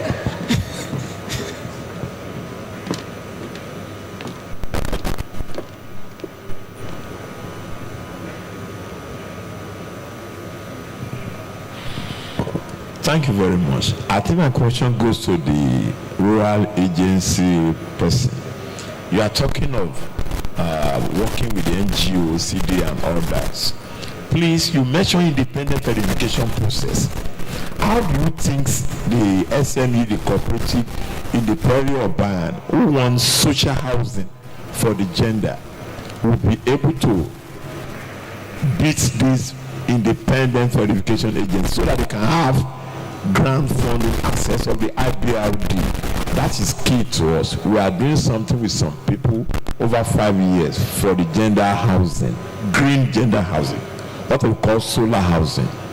Please, I want you to expatiate on that. Then two, I've discovered that the whole thinking on energy efficiency is because we import most of this energy bulb and all the energy equipment from foreign nations. We are now thinking of why can't, since we have the domestic content advantage, why can't we produce solar wafers, cells and solar panels locally? And the governor of Central Bank, Sanusi, is interested in making this domesticated. Do you think the IBRD team will want to romance with this kind of concept so that the cost of energy efficiency in the rural setup could be much more at the bottom level? Please look at these two questions. Yeah, 3 questions. Have you got them? Yes. Right, okay. So I'll answer the first one on solar housing. Right, on solar housing. So the mandate of the Rural Electrification Agency is providing energy access in off-grid rural communities. So if there is a community that wants to have a mini grid, we package these communities in lots. So there's still a minimum subsidy tender program where we're inviting developers to come to certain communities across the 6 geopolitical zones to bid for those mini grids. So if solar housing is part of is definitely a necessary part of that, right? But we don't go into those communities to provide these mini grids. We don't build mini grids. We just provide we provide the funding for private developers to go into these communities to build the mini grids. Now, when I mentioned the NGOs, working closely with NGOs, that is to create awareness on and educate members of the community on energy efficiency. I like the fact that you mentioned the gender target. Under the program, the AFDB has a 20% gender target, right? So it says, so we tell developers, we tell developers that they need to make sure their customers, if they have a customer profile, if their customer profile is 20% women, they get an additional subsidy. They get an additional grant just for having women customers. right? So we expect NGOs to partner with us, partner with the training consultant and the REA to go into these communities, speak to cooperatives and tell them how to access these grants, how they can access the grants as a community of women. So we're working, the REA also developed RUCs, Rural Electricity User Cooperatives. We've also talked about that training consultant will also train them. They need to upskill them to be able to conduct some of these energy audits, to conduct some of these verifications that you mentioned, verifications I mentioned earlier, and verifications to ensure that, look, projects like solar is provided for, solar housing project can be provided. Now on the second issue, it's going to be difficult for me to answer that. What I can say is that the Ministry of Power, they're having discussions with the with the CBN, because there's actually a Solar Power Niger project where the CBN is injecting billions of naira in loans to companies, and part of the request is solar waivers. That's part of the request. So that is certainly an ongoing conversation. Thank you. I think we have another question in the corner here. Yes, sir. Yeah, so in my opinion, reliability and efficiency have to be measured. So there has to be a baseline. What you don't measure, you cannot improve.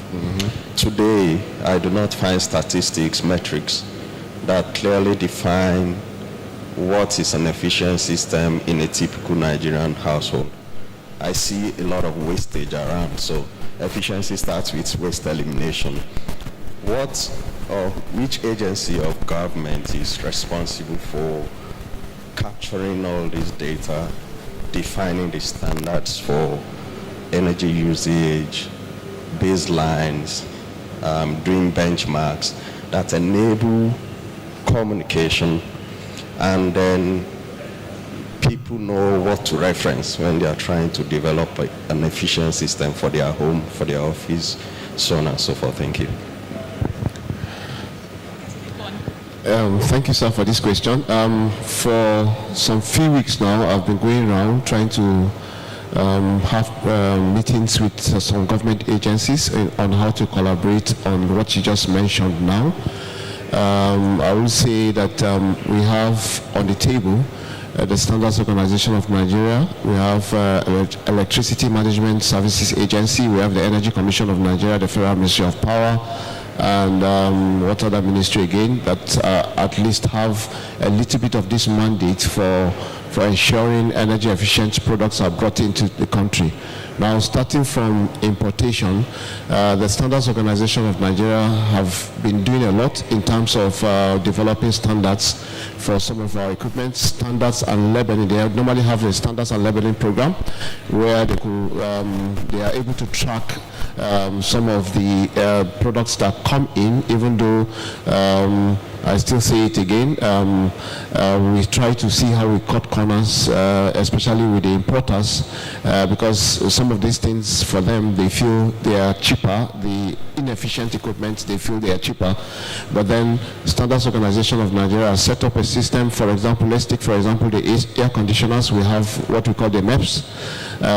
That's minimum energy performance standards, and we have also the standards for the lighting, the bulbs. So I remember when I was in the Energy Commission, one of the recommendations we made was the gradual phase out of incandescent bulbs and also inefficient ACs.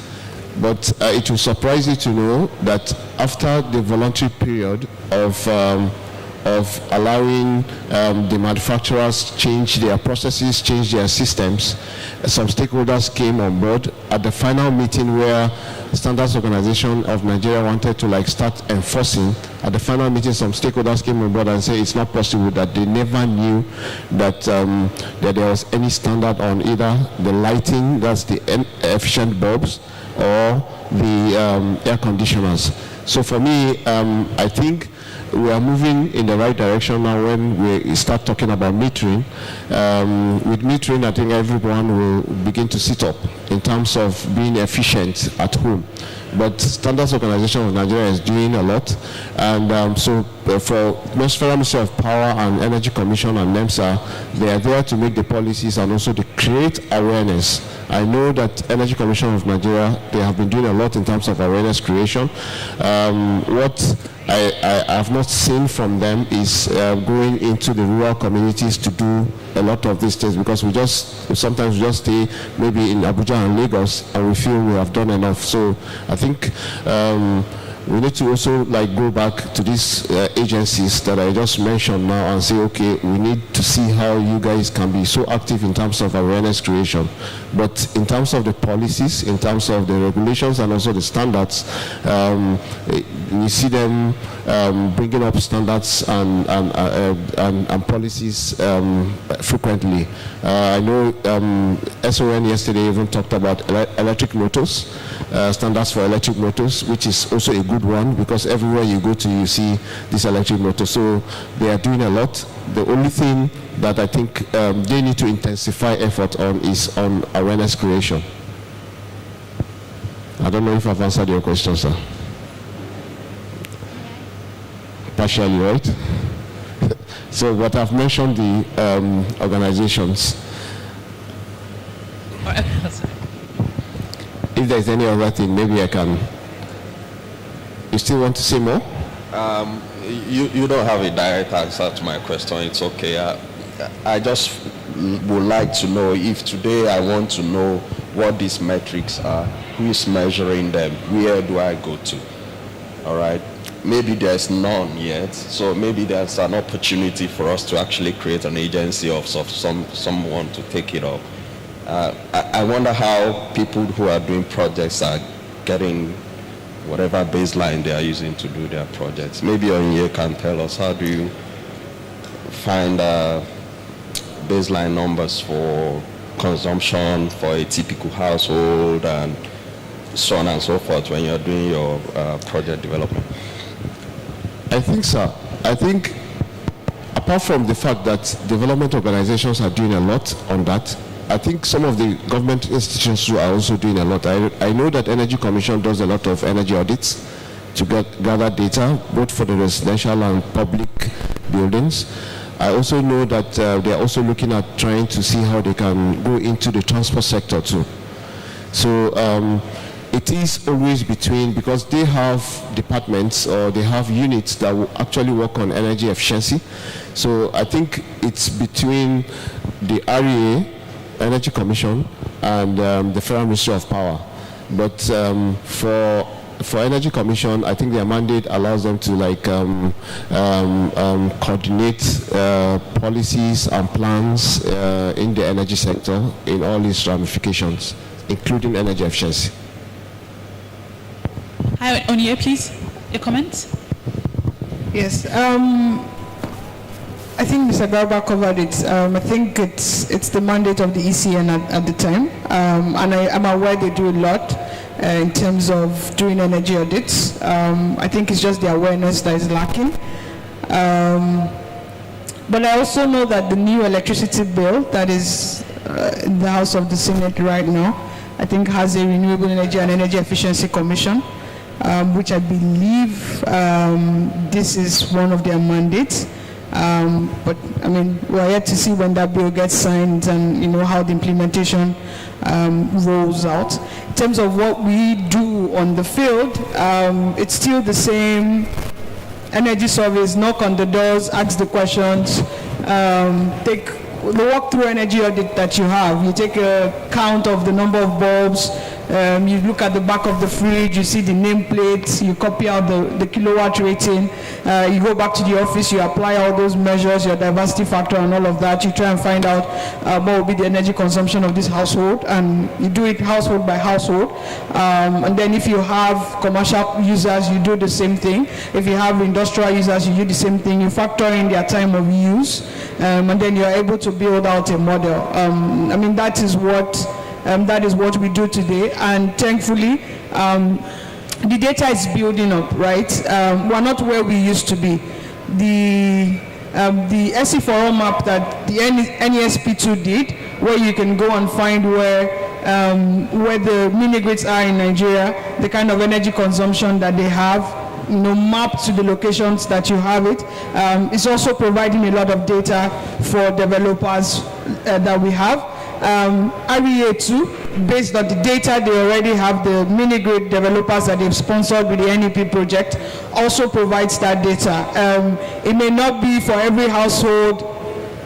It may not be for every household in every house in Nigeria, but the places where the DFIs have worked in, we find that data. By the time you aggregate it, you can take your averages and do your interpolations from there. That's what we do in the sector today. So just to add, I wanted to add to that before the Nigeria Electrification Project was began implementation, the REA under the Ministry of Power, so Mr. Garba is right, is the Ministry of Power, but REA under the Ministry of Power has got geospatial data for 8,000 communities. But they're rural communities, 8,000 rural communities. What they also do is we do the pre-investment activities, right? So for the companies that are going to bid under the minimum subsidy tender to develop mini grids, there's baseline data that has already been gathered, that was gathered years ago. Teams also go out to do electrification verification and energy audits to get a lot of this data, the consumers, the productive consumers, the commercial users, all that information is required. But for the performance-based grants, for the mini grids for developers who have already started to build mini grids, we expect them to provide that information.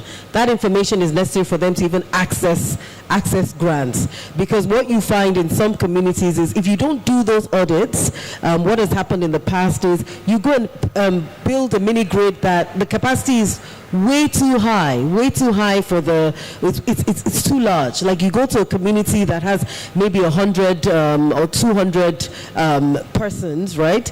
And you now find you can't put a mini grid of 100 kilowatt peak in that community because it's too large. The consumption will just not be enough to even make any decent return on investment for the developer. So that data is available, and we're constantly validating the data. Thank you. Before I go to the next question, I think you might be interested, sir, in hearing Liam's opinion on this. I know that you do energy audits and you collect data as part of your CNI projects and installing projects. To take that question to the commercial space, is there some sort of unified collection of that data?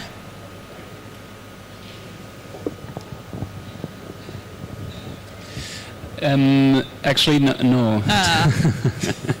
To give a short answer, so it depends very much on the companies, the way the companies are organized, the way they actually keep track of their energy expenditures, the way they keep track of what happens after they maybe implemented some measures to reduce their energy cost.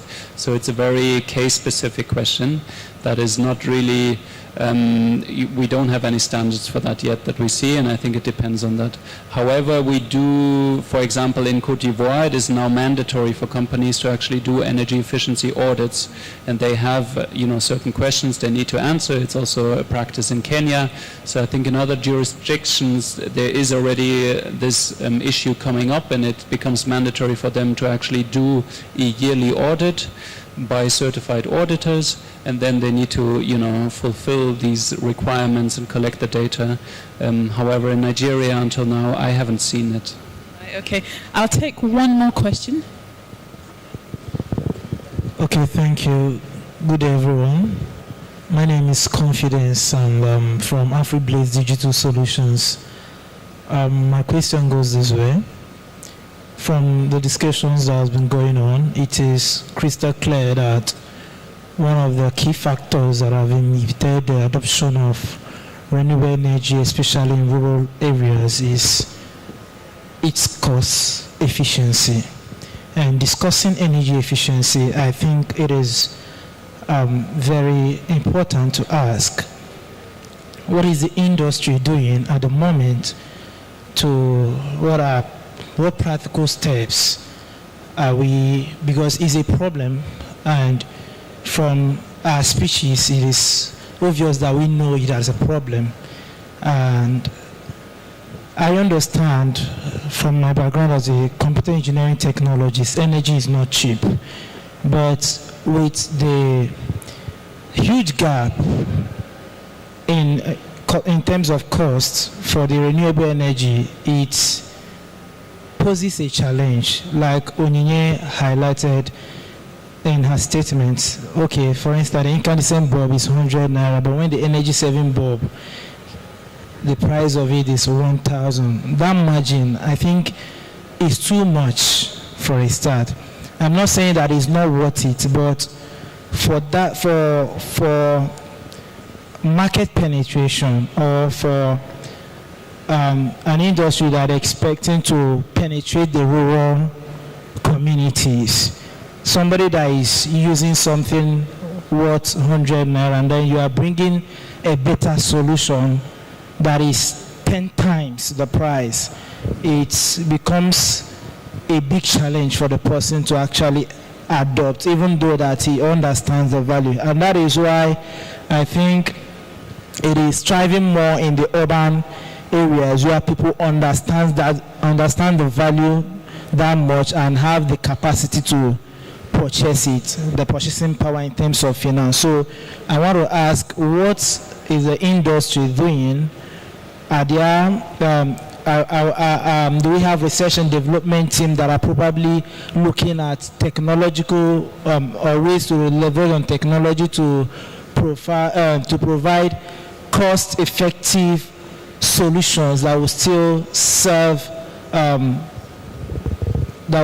serve renewable energy problems with quality products? I don't know if the question is understood. Thank you. So it's a very good question. I can't answer for the entire industry, but I can answer for REA, and I mentioned that earlier. So what we are doing is, because of the grant that we provide to the developer, it's a demand side grant, right? It's a demand side subsidy. So it results in a reduction in the cost to the customer, the rural customer. Over time, with improvement in that economic development in that community, and with agencies actually looking for, and other members like customer protection agencies, other agencies looking for ways to, he had mentioned, the gentleman had mentioned cost waivers for solar products. You know, by the time there's some regulation in place to reduce the cost, it will definitely cascade down to the community. But what we are doing, our intervention now, is to provide the grant to the developer or provide the grant to the cooperative, and it will result in a reduction in the cost price. So what you can say that we're distorting the market somewhat by injecting this grant, but we feel that over time, as a first mover in the market, to stimulate interest, we have to do that. But over time, there has to be sustainable ways of ensuring a reduction in cost and making these solar products competitive in these rural communities. But our intervention is grants to the developers that cascades down to the rural customer through a reduction in cost of the product to the customer. Thank you. Okay. Sorry. Maybe I just add to what she's saying. So let me just tell you what Ghana did. At the same time, Ghana got a grant.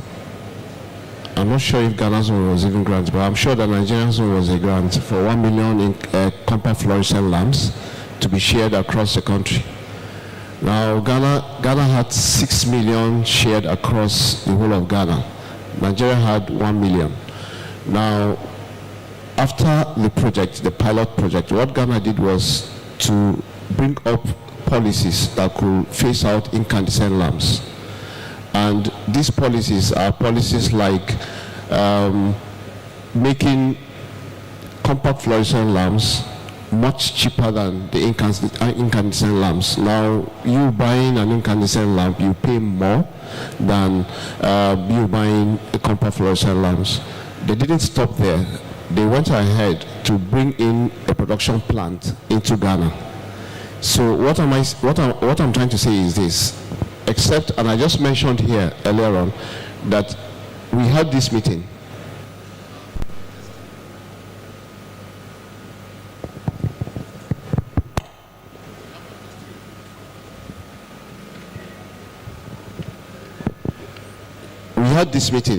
We developed standards. Testing equipment were bought for testing some of these compact fluorescent lamps. That's to see how quality in terms of their quality. After all these meetings and after all this support from UNDP-JEF, some stakeholders came and just said, no, it's too early for us. So I think it also has to do with us, the consumers themselves. For example, she gave an example of, look at the compact fluorescent lamp, it's 60 naira. CFL is 800 naira. But just look at it in terms of your electricity bill over time. How much you are able to save by buying the original compact fluorescent lamp. So I think except we are able to enforce some of these things within the country, I think we'll just keep cycling round and round and round. Government has put a lot of policies and regulations in place, but the consumers themselves, if you go and you see a product that is not up to standard, I think it's high time for us to begin to say, no, I want to buy this, no matter how cheap it is. Because you buy, for example, we have compact fluorescent lamps that even cost 100 naira. You buy it, as you are trying to screw it, it goes off, you come down, you go and buy another one. Now you are already counting, before you know it, you have spent the 800 naira that one should have just given you over so many hours. So the consumers have a role to play. The government is trying from its own side, but also the consumers also have a role to play in terms of this. Then to also follow up with Liam's comment, I think we have the national industrial policy being reviewed right now, even though it's taking longer than necessary. One of the submissions that came from Energy Commission and Ministry of Power is for mandatory energy audits. We have it in the National Renewable Energy and Energy Efficiency Policy. We also have it in the National Energy Policy, which has been approved. And hopefully we also have a bill that has just been passed by the National Assembly on the Energy Commission's bill. I think all these things have been captured in it. The President they are waiting the signature of the President. So once it comes, then I think Energy Commission may be at the forefront of coordinating energy efficiency. But then for what you are saying, I think we need to look at and go back to Ghana and learn from them how they were able to also do it.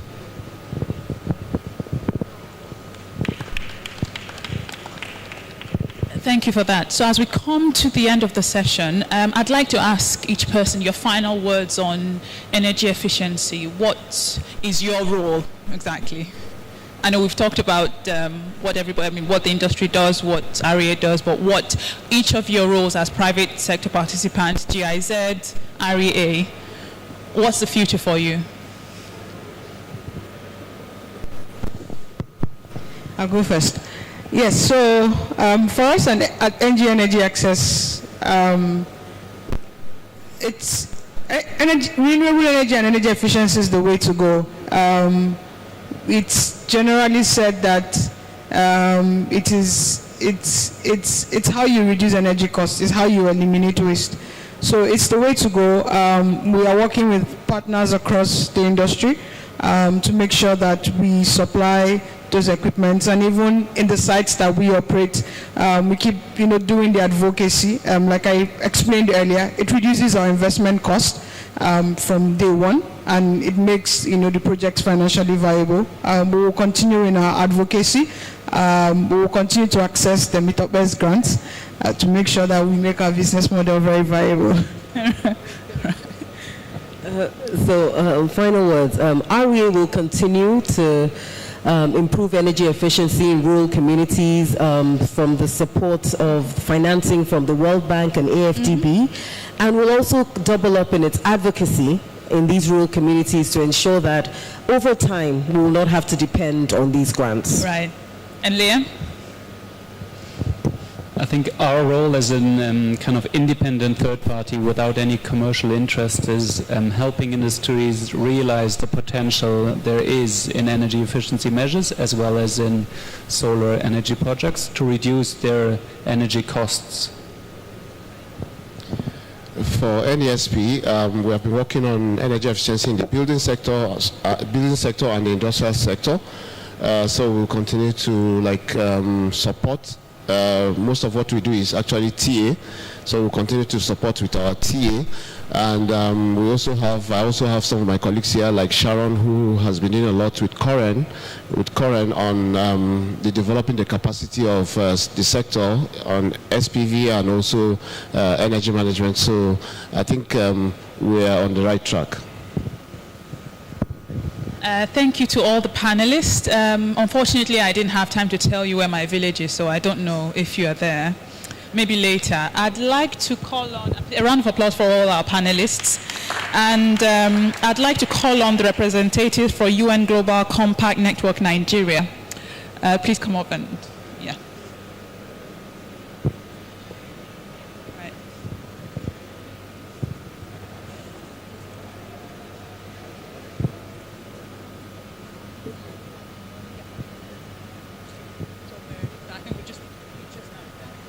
Thank you all.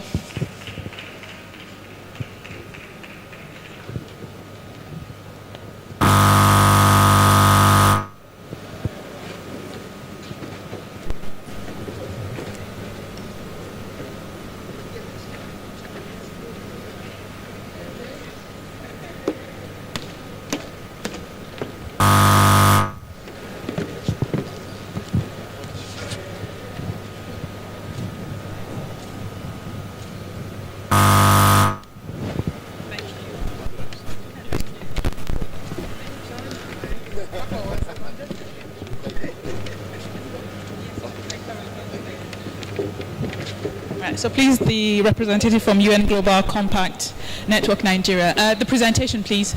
If you can cue in the presentation.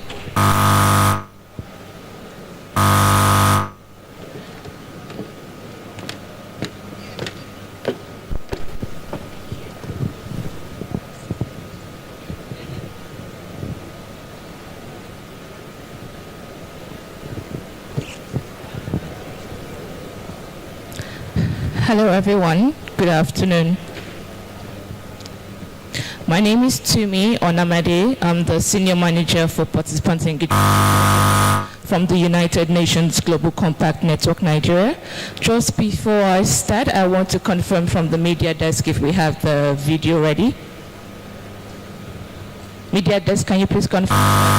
If not?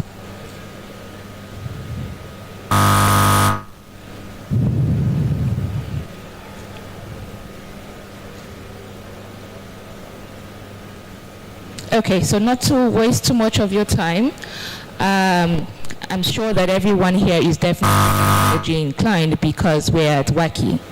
And I'm here to tell you about the United Nations Global Compact and what we do. A lot of you might know the SDGs and the 17 SDGs. But the interesting thing is that there's an agency of the UN called the United Nations Global Compact, like I've said, focused on businesses. And what we do is, instead of just talking about the goals, how do we get to the goals? And that's where we come in as the United Nations Global Compact. So before I go on media desk, you come to the video now.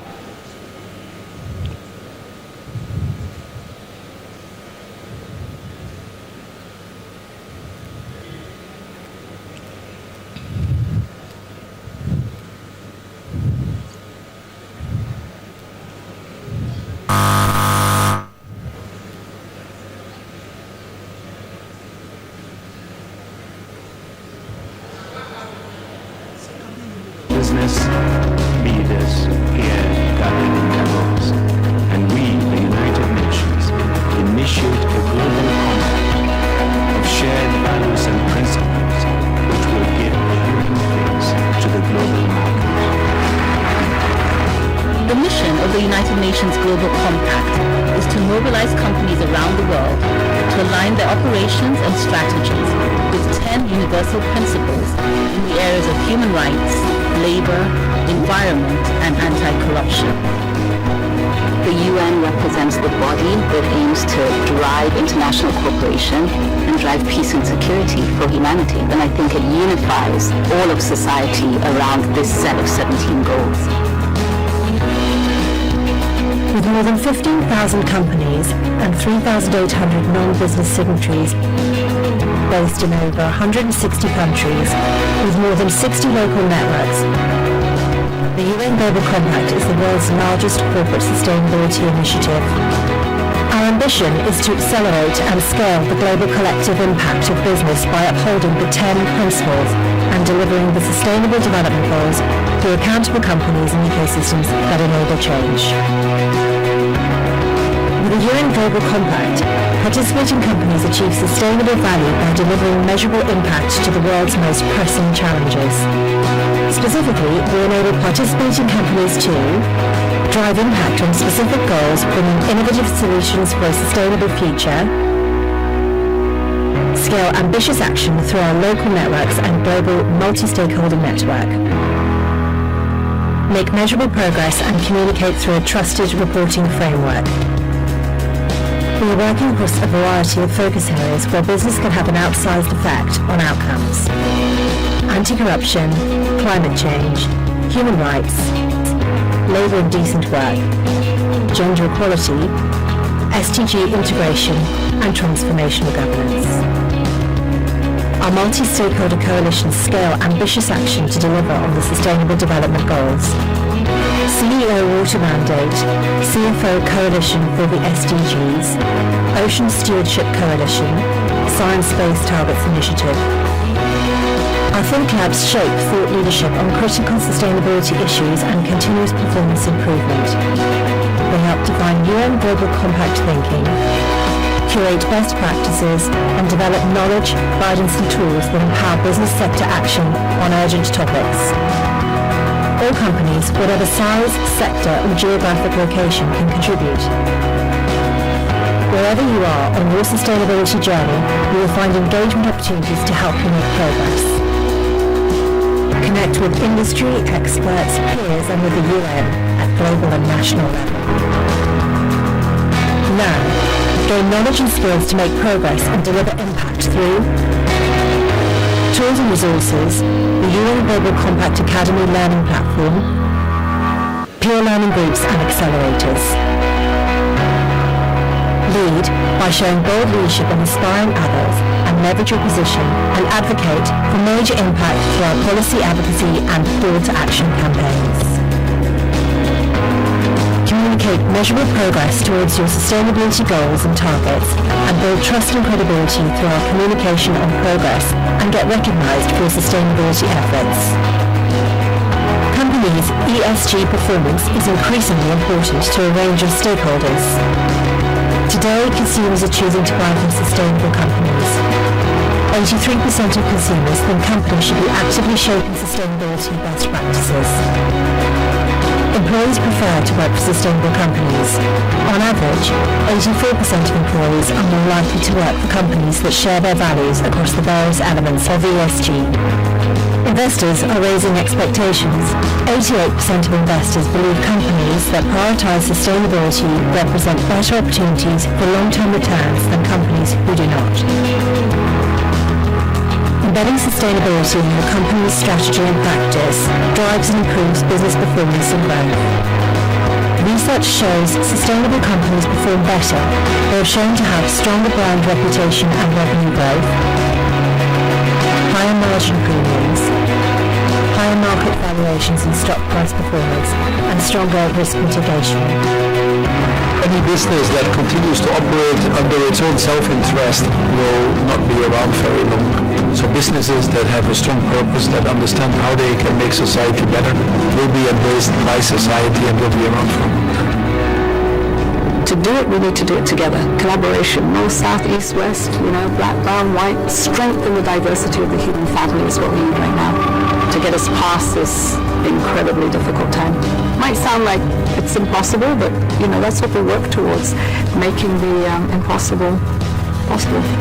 Join this movement of committed companies around the globe to deliver measurable impact on the world's most pressing challenges. Join the UN Global Compact today and deliver impact where it matters.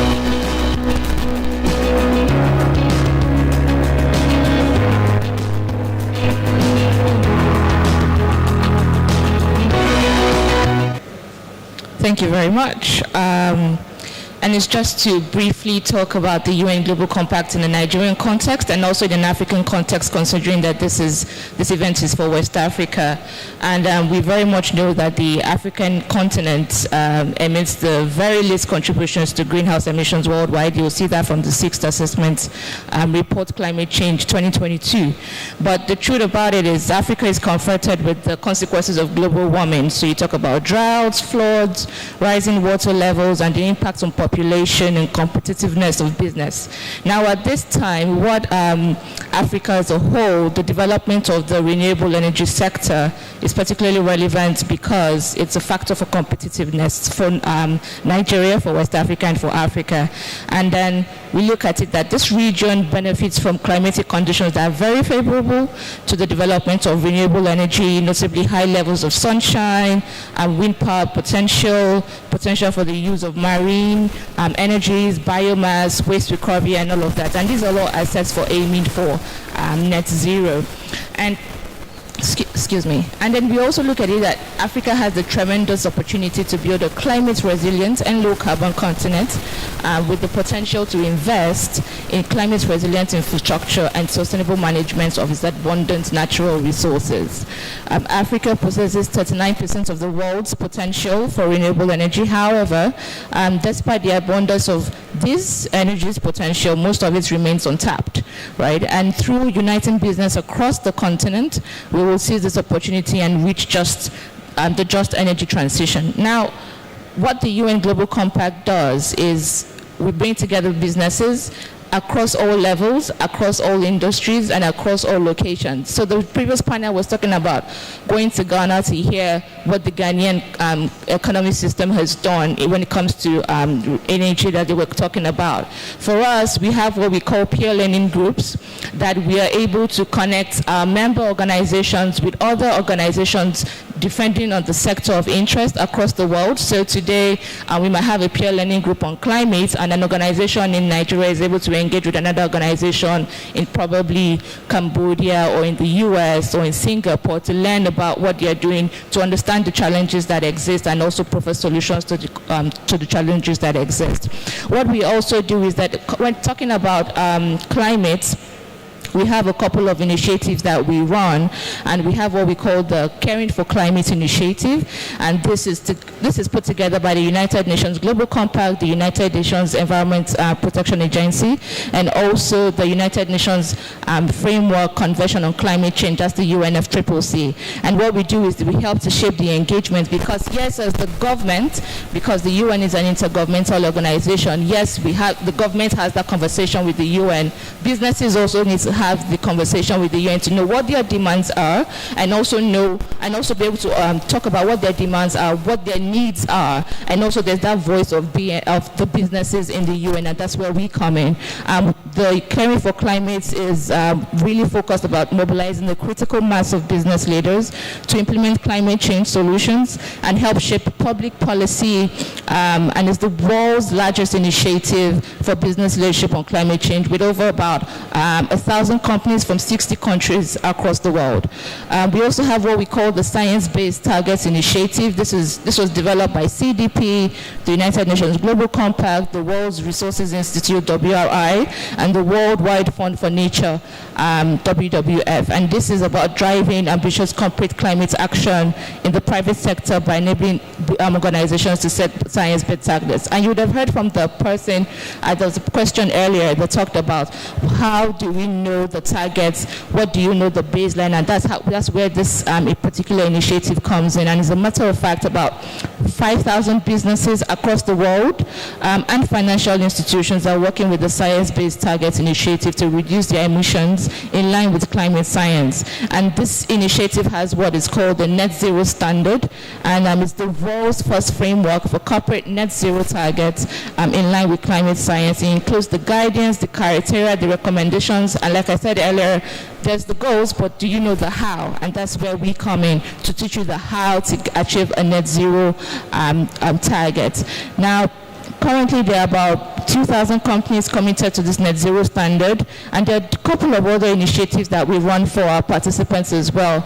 If there's any organization here that will be at COP27, please do let us know. We do have yearly meetings at COP for our businesses where you're able to discuss what are the challenges that your businesses are facing, and because one thing I like to say is that if you're not at the table, then you're on the menu. So we really need to hear from African businesses. We really need to hear from Nigerian businesses, West African businesses, on what are your challenges, what are your interests, what are the solutions that you really need for your organizations, for your business, and then we'll see how the collaborations can be implemented across organizations across the world, and also the kind of funding that is needed, what kind of policies do you want to place, and these are the kind of insights that we get from our participants or attendees of this event to make sure that we are really accelerating our journey towards the goals. So I call on every one of you, if you'll be at COP27, please do let us know.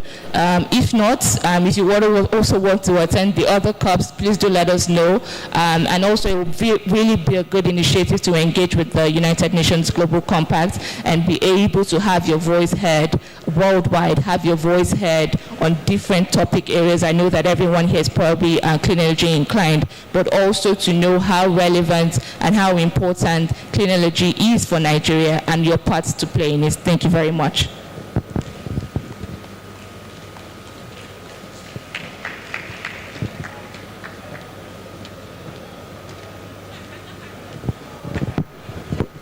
Thank you.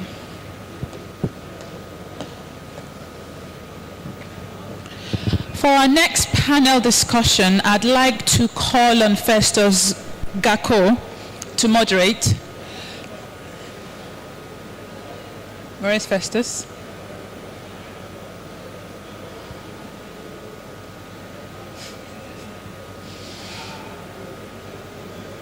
I'll give our moderator a second to get himself together.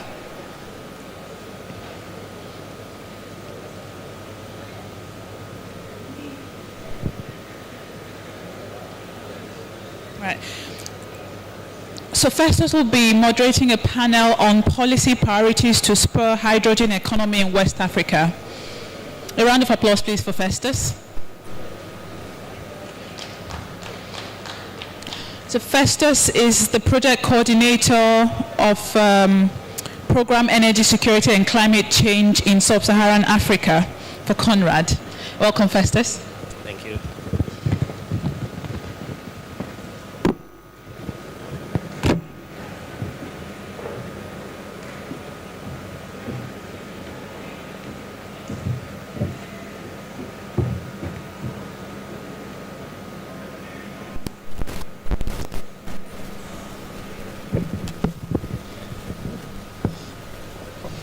Good afternoon, everyone. Can you hear me? I would invite you, please, to take your seats so that we start with the next panel, where we are discussing a lot about hydrogen. I'm quite excited because it's the last panel of the day, and we are discussing new technologies, and this is where it gets even more exciting. So, without taking much of your time, allow me to call on stage my panelists, whom I shall introduce as they take the stage, so that we can get this going. First on the panel, I'll call upon Gina Gina Lagunas. The lady who is coming to the podium right now is the head of the German Nigerian Hydrogen Office. It's called H2DPRO. And she possesses a background in energy engineering, and she has decided to dedicate her career to international cooperation in the areas of renewable energies, energy efficiency, energy services, and climate change. So from her technical advisory to investment projects, as well as policy. So she has supported many cities and countries across the globe to increase the sustainability of their energy systems. She has also advised the German government in the development cooperation agenda in Mexico, and she's very, very passionate about sustainable energy and its geopolitical and economic implications.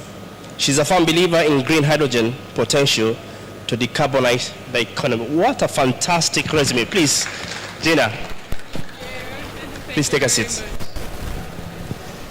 And the next panelist, I will call on Dr. Chijioke Mama. He's somewhere in the audience. Dr. Chijioke is a transaction advisor and a managing director of Metacorp Nigeria Limited. He's also the special advisor to the strategy and policy to the chairman of the governing board of the Nigerian Midstream and Downstream Petroleum Regulatory Authority. And he has been working in the oil and gas and power sectors for over a decade and has led and participated in diverse advisory and project implementation tasks in the Nigeria and Africa, as well as Europe, plus North America as well. In addition to several engagements in the renewable energy, his most recent engagements have been in the natural gas commercialization advisory and financial advisory for upstream and midstream projects, including raising debt and equity capital. I wish to go on and on and on, but lastly, the most recently, he has been able to develop gas handling and commercialization strategy for several fields in Nigeria. And I would dare say that his analytical work and opinions for frequently syndicated on the local and global business publication, having worked on the projects in oil, gas, power, industrial sector in Nigeria, United Kingdom, the US, and several other countries, including Ivory Coast and Kenya. Dr. Mama, very welcome. The next panelist I might call on stage is Madam Ifeoma Malo. Madam Ifeoma Malo, who is in the midst. She is an organization management expert with over 23 years experience in building and directing organizational policy and strategy in energy, large-scale utility markets, public health, biotechnology, leadership, change management, infrastructure finance, and she's also a co-founder and CEO of Clean Hub in Nigeria, based in Abuja. Madam Ifeoma has been a scholar at the African Leadership PA Fellow, also in Desmond Tutu Fellow. She's also a New Leaders Fellow, Acumen West African Fellow, and also a global scholar. Madam Ifeoma, your bio is just one of those. But I wish to say that Clean Energy Hub in Nigeria is pioneering a hybrid hub for the research and development, as well as demonstration in the incubation of green energy ideas. She will be joining us today so that we can discuss matters of hydrogen. I'm very, very delighted that you're part of this panel, and more to that you are able to join us this afternoon. Next on stage, I'll have Professor, whom I had seen in the midst, who is a Deputy Chancellor in Research Development and Innovation at the Federal University of Technology at Owerri, in bracket FUTO. I'm sure Nigerians might understand this. The professor is a lead in the chemistry and also a Deputy Vice Chancellor in Research Development and Innovation at the Federal University of Technology at Owerri. The gentleman who is walking on the stage now is a founder of a multidisciplinary Electrochemical Energy Interfaces Nanotechnology Research Consortium, which attracted the World Bank funding for the establishment of Africa Center for Excellence in the Future Energies and Electrochemical Systems. And this was done at the University of Omweri. He has been outstanding contribution in the corrosion science, electrochemistry, successfully graduating over 25 PhD students with over 170 publications in high-impact journals and registered patents. He was named among the world's top 2% chemists by Stanford University, USA in the year 2020. Professor, many thanks for being with us this afternoon. Please give them a hand of applause. To kick us off on this panel this afternoon, I would like us to have a bit of an understanding what is hydrogen, yeah? Where are we coming from in terms of these ideas in West Africa? Where are we standing and where are we looking to go? I would wish to have this done by Madame Gina Lagunas, who is the head of the German-Nigerian Hydrogen Office, as I had mentioned. She'll give us a bit of setting the scene on how hydrogen is so far getting an upkeep in the region so that we can possibly continue from there. Gina.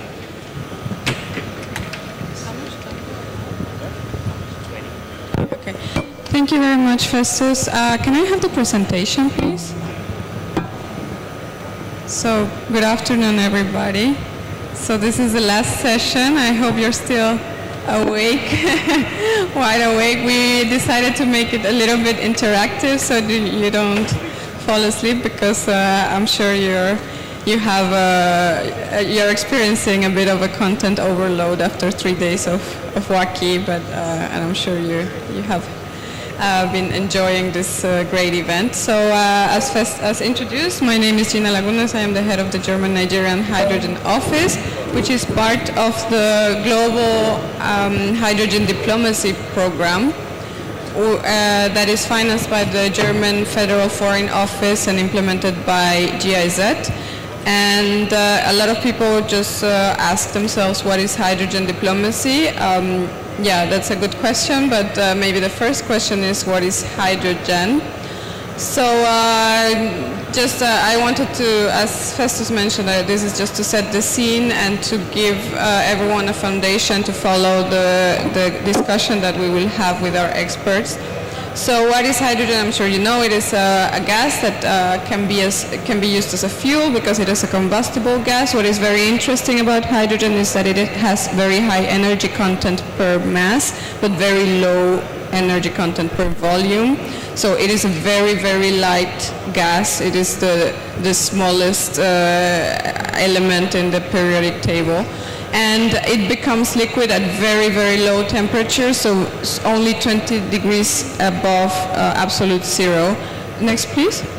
So something that's very interesting, because for many people, hydrogen is a very new topic, but we need to consider that it's a very common industrial feedstock that has been used for forever. So the main market for hydrogen today is fertilizer. So we can see in the map how Africa is the least fertilized continent in the world, but hydrogen is used to produce ammonia that is used for fertilizers. Next, please. So hydrogen is not new. And so you might have heard about different colors of hydrogen, so I would just wanted for a hydrogen office prize, I wanted to, back please, I wanted to hear if you know, so WACEE' is going to, so Ope and Marek are not allowed to participate. Do you know how many colors of hydrogen exist?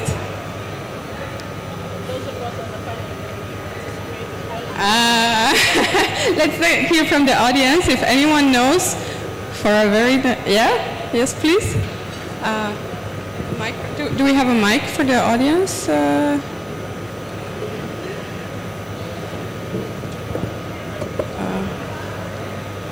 Sorry, we didn't announce that we were having a contest. Hydrogen is colorless. Yes, that's actually a correct answer. It is a colorless fluid, a colorless gas. But there we always talk about different colors of hydrogen depending on its origin or how it is produced. So any other brave participant that wants to weigh in? Yes? So 4. Okay. Blue, green, turquoise, and then gray. Okay. Any other answer that we have? Okay, so thank you very much. So the correct answer is many. So I don't even know how many there are. But you get it back because you came close. You named the main ones. So there are, as I mentioned, depending on its origin and the way it is produced, we assign a color to hydrogen. And the one we're talking, like the buzzword now is green hydrogen. And what is green hydrogen? Yeah, as we know, it is a colorless gas. But why are we talking about green hydrogen? Next, please. Very briefly, green hydrogen is produced by a method called a process called electrolysis, and in which we use electricity to split the water molecule into hydrogen and oxygen. And to be green, this electricity has to come from renewable energy sources. If the electricity comes from nuclear, then we call it pink or red and so on. But for it to be green, it has to be from renewables. Next, please. And as our colleague mentioned, here we have some of the main colors. So gray hydrogen is the one that is currently used mostly. It's produced from steam methane reforming, that is basically using natural gas. And in the process generates then CO2 and hydrogen. And of course it is not carbon neutral because it generates CO2. Green hydrogen, carbon neutral. Turquoise hydrogen is it's like still not very developed process, but it can be carbon neutral because the products of it are hydrogen and solid carbon. And blue hydrogen, which is basically gray hydrogen, but we take the CO2 and we capture it and store it or utilize it. So we add a CCUS process to the process of gray hydrogen. Next, please. So, what percentage for another hydrogen office souvenir prize?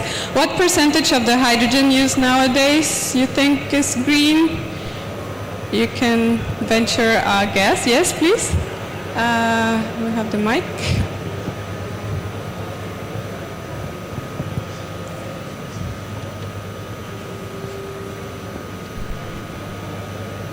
%0.1%. 0.1%. Thank you very much. Yes, because many people, since all we hear about is green hydrogen, many people think most of the hydrogen is green, but that's right. It's a very negligible market share that it has. Next, please. So, okay, hydrogen is an old thing, it's an old topic. We have been using it in the industry for a long time. Green hydrogen, not really used currently, but why are we all talking about green hydrogen all of a sudden? What is the hype about? Thank you.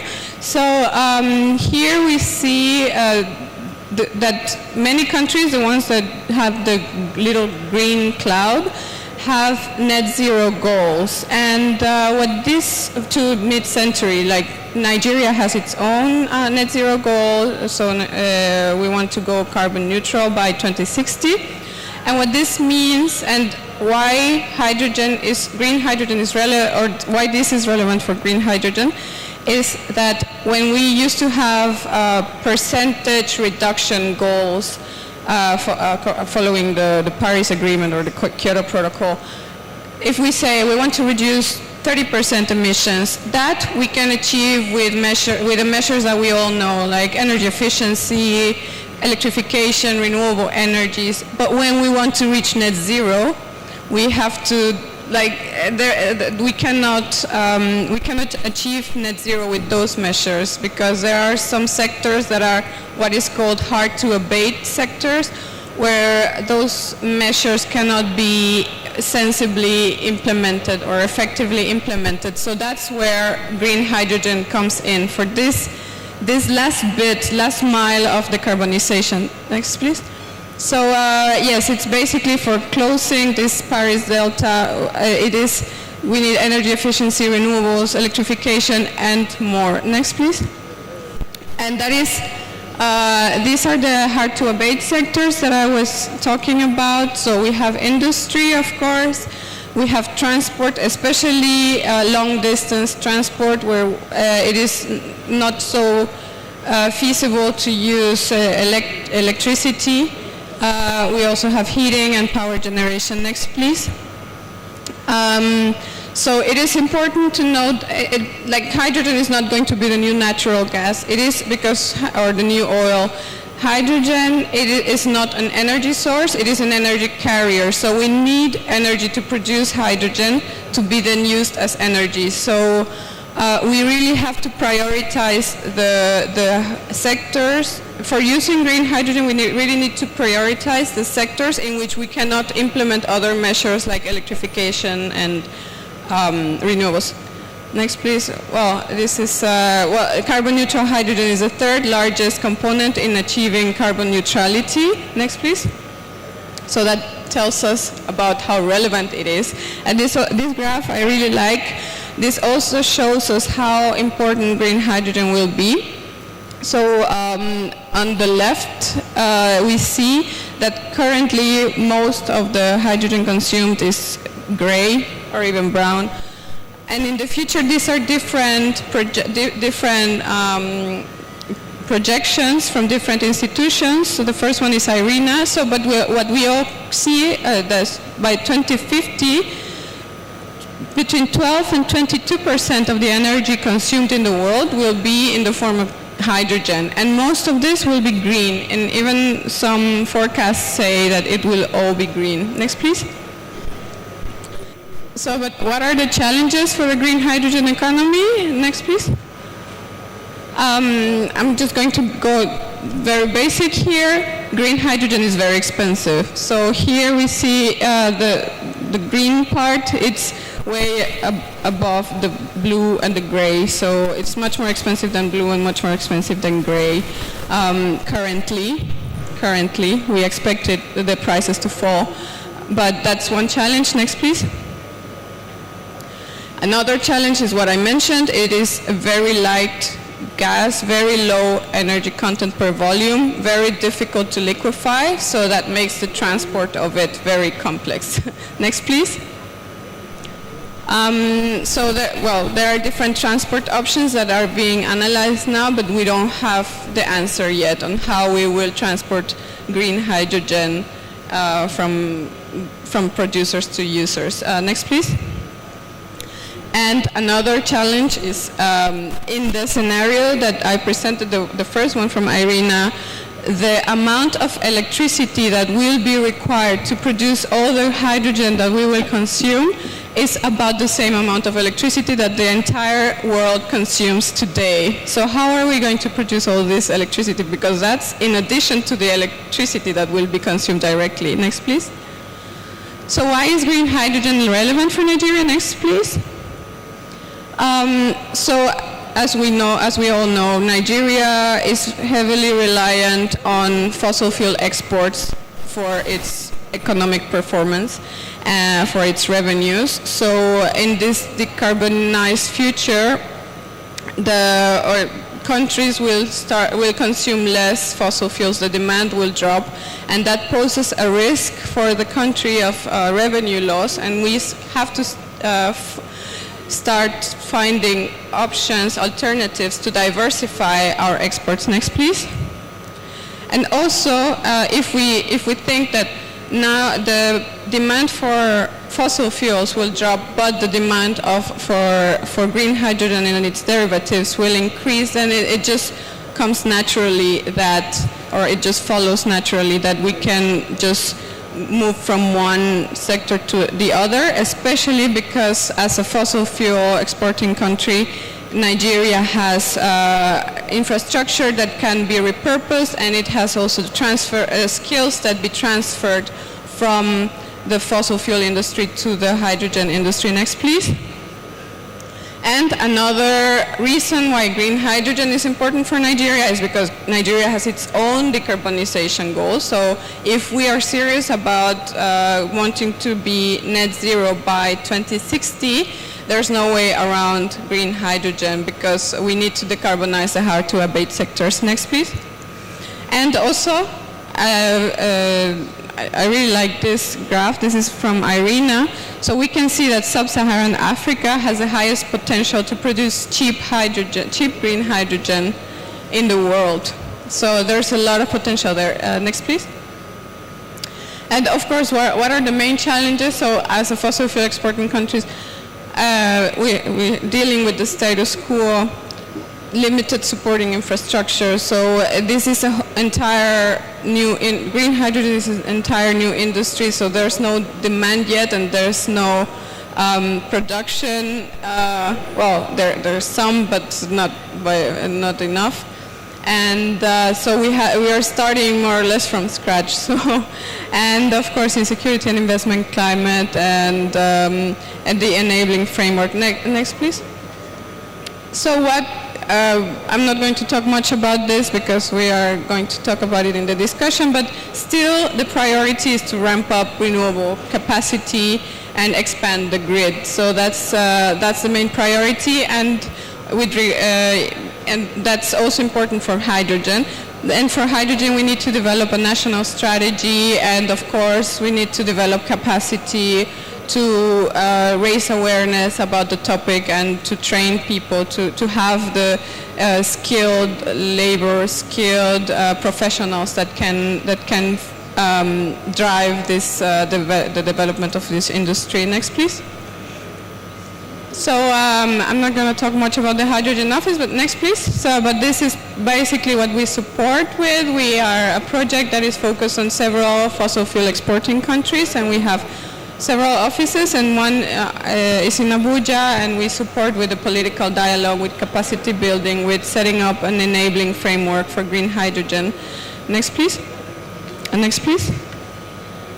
And yeah, so my final remarks. So the energy transition will significantly affect fossil fuel producers, and we need to start preparing for that.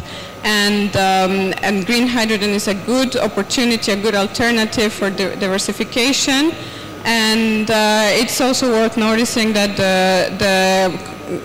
green hydrogen can attract an entire value chain. So it's not, since it's so hard to transport hydrogen, it just naturally attracts the derivative industries. So because it's easier to just, if you produce green hydrogen, to just produce green steel by using that green hydrogen on site and then transporting steel, than to transport green hydrogen to produce steel elsewhere, for instance. So it just naturally attracts entire value chains. So women in the sector, next please. Next please.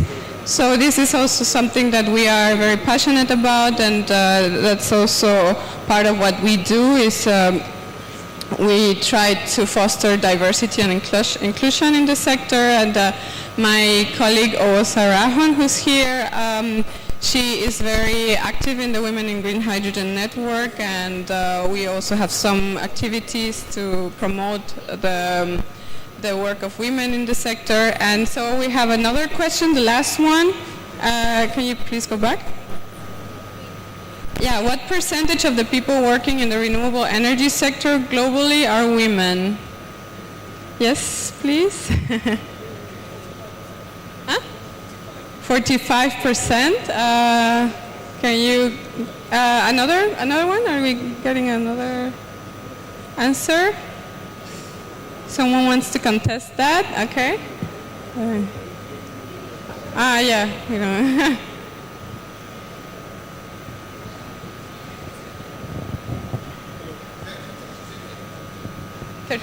32% of women. 32, okay. Another third one, do we have? There, huh? So I got 25, 45, 32. Okay, yeah. Can you put the next slide, please? 35. So 32, but that's too accurate. I think she saw the slide, but you still get a bag.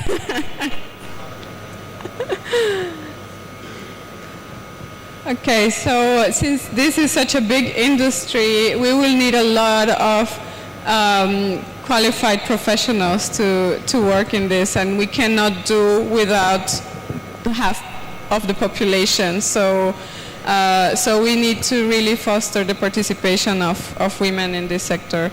Yeah, that's it from me. Thank you very much. Yeah, some pictures of our women events. And if you want to join this, there's a network called Women in Green Hydrogen. You can find it on LinkedIn, Google. Yeah. Thank you very much. Fantastic. Thank you very much. Women in Green Hydrogen. So it's some kind of movement, right? Where you meet and discuss hydrogen and have some party of a kind, right? I was privileged to have this kind of setting in South Africa and also in Kenya. And I tell you, there's a lot that is happening with... Can you hear me? Great. Yeah. So I was saying I was privileged to be part of, on the side, to be honest, not part of the women, but on the side to observe what women are doing in other parts of Africa. And I feel it's time that has come that we have more and more of them taking the lead, because when we talk of green hydrogen or energy transition, whoever is mostly affected, and especially on matters energy and matters climate change, are women. And therefore they need to come together so that they can give us pointers on where to go on this. Now that we have set the scene on this issue, I would like us to get into another session where Konrad Adenauer Stiftung has so far supported a publication of a paper on the private sector in Nigeria, who are looking on the larger aspect of green hydrogen, on its use and its application and its capabilities in this country. We are very delighted to have Dr. Mama here, who shall be telling us a little bit of what the working group that we had formed, or rather supported, to put together are doing, and what sort of findings have they so far come across, and what can we learn from that? Dr. Mama. Thank you, Festus. Good afternoon, everyone. I'm delighted to be here today.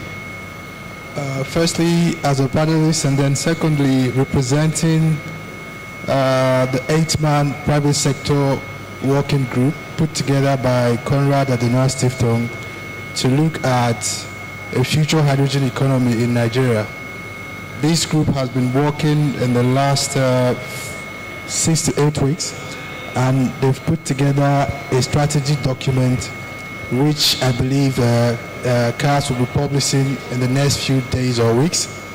But we intend to have a little discussion on that policy paper. There's actually a synopsis which I shared with CAS. I'm wondering if it's possible to project that.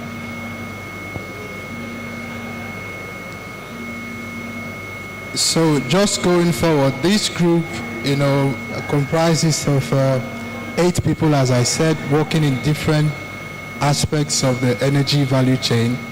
And what they've done is to analyze Nigeria's competitive position in a future hydrogen economy, and then to highlight what is necessary, both from a market perspective, policy perspective and a technology perspective. So it's a long read. I don't intend to go through it, test by test or word by word, but just to highlight, the most critical aspects. So could you move to the next slide, please? Who's operating? So the group analyzed hydrogen, the color spectrum that Gina mentioned earlier on. Just to clarify, hydrogen is hydrogen irrespective of how it is produced, but there is a color spectrum used to describe it for the sake of provenance, which means how was it produced and what kind of carbon emission footprint does it have. So in that you will find gray hydrogen, blue hydrogen, turquoise, pink, brown, all sorts of color. But we in this study identified three actually, hydrogen colors that will be relevant in Nigeria. One is blue, which is hydrogen made from natural gas through steam methane reformation. The other is green, hydrogen made from electrolysis of water using renewable energy. And the other is turquoise, which is hydrogen from natural gas as well, but through a process called pyrolysis. So they went ahead to look at the production, storage, transportation, and utilization imperatives for Nigeria, which is the hydrogen value chain. So I'm sure most of us have heard in the last few days as we discussed hydrogen about the H2 Atlas study, which was also commissioned by CAS. It looked at the regional potential, 4 different countries in, I think, West Africa and Central Africa, highlighting their competitive positions, potential price of hydrogen per kilogram, if, green hydrogen precisely, if there were to be production facilities or operations in those countries.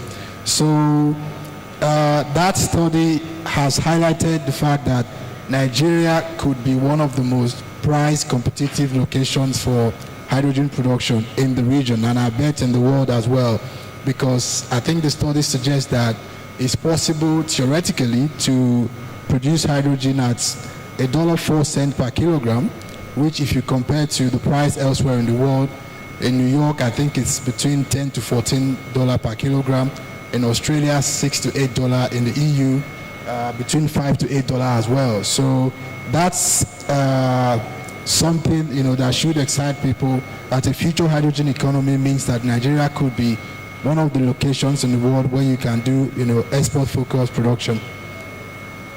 Comparative analysis of regional developments. Apparently, the way it is now, it seems Egypt is leading in Africa with respect to hydrogen economy or production, followed by Namibia, South Africa, and Morocco. And in that, I hear there are about 42, about 62, I think it's the next slide. Could you go to the next slide?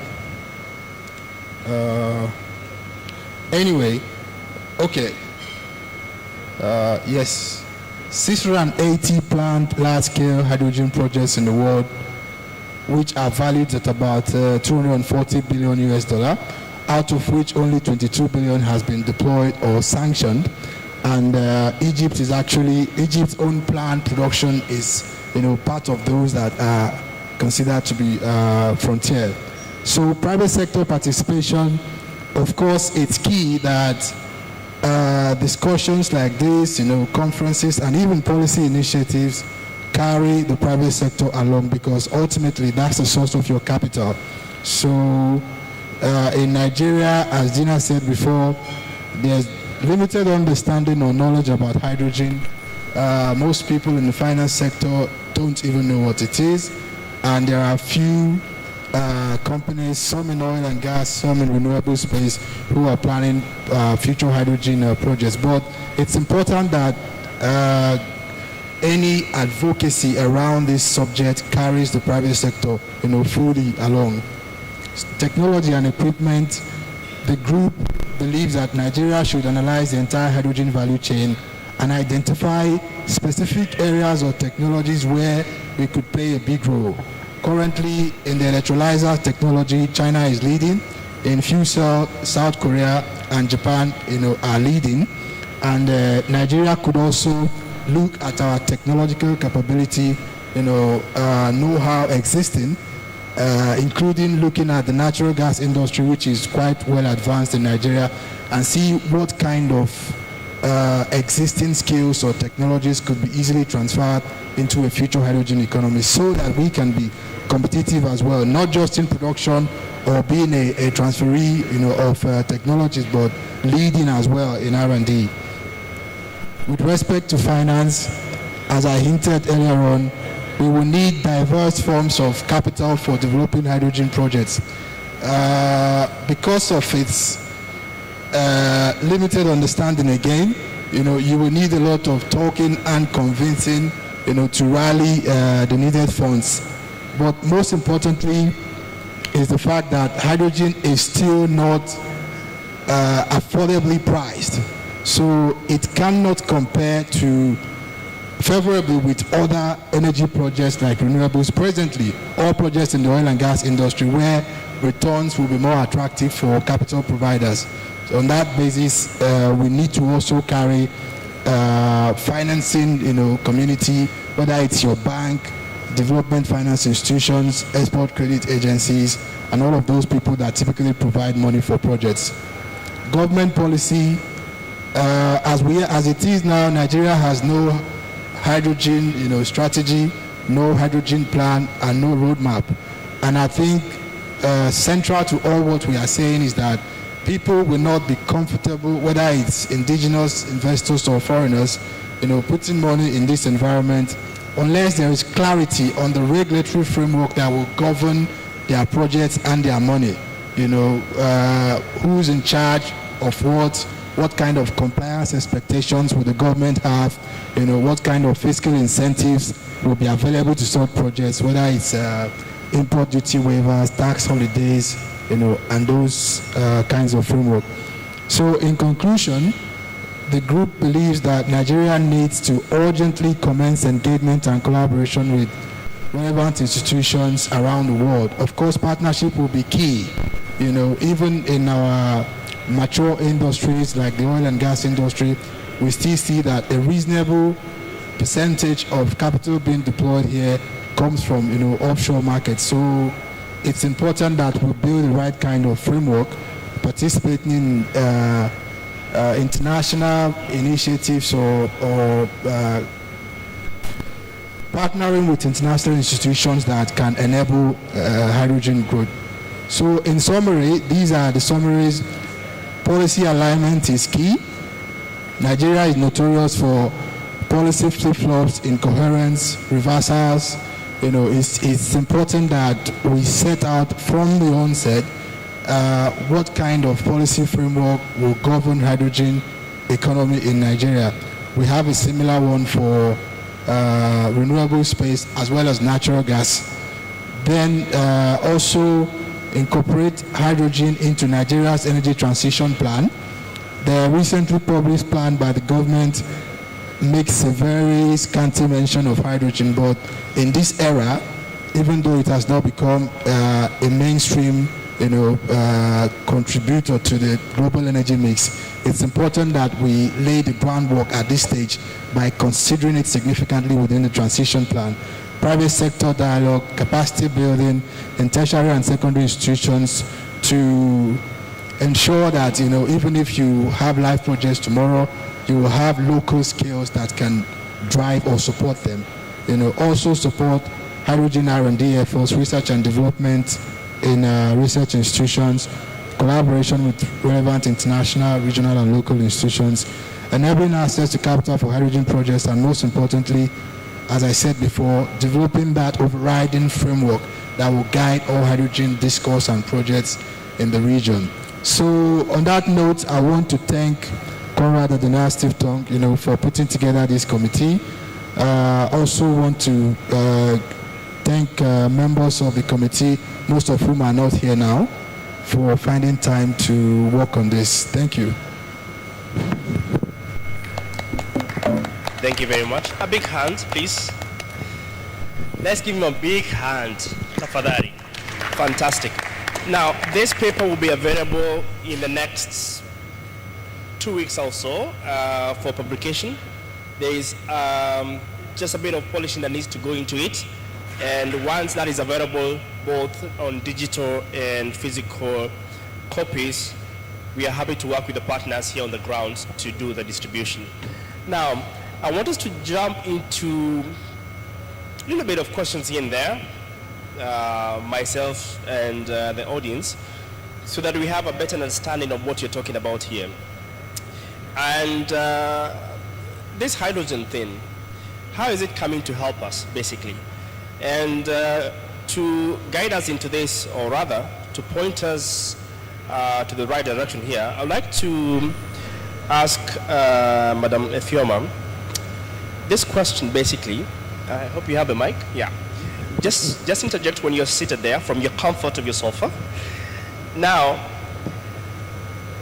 you're running Clean Technology Hub here in Nigeria and based in Abuja. We'd like to understand, how does your existing initiatives support hydrogen as an emerging technology in the Nigerian market? First, to promote jobs. Second, as an area of climate change mitigation and adaptation. And thirdly, on women empowerment. Please, try to paint a picture for us. So, thank you, Festus.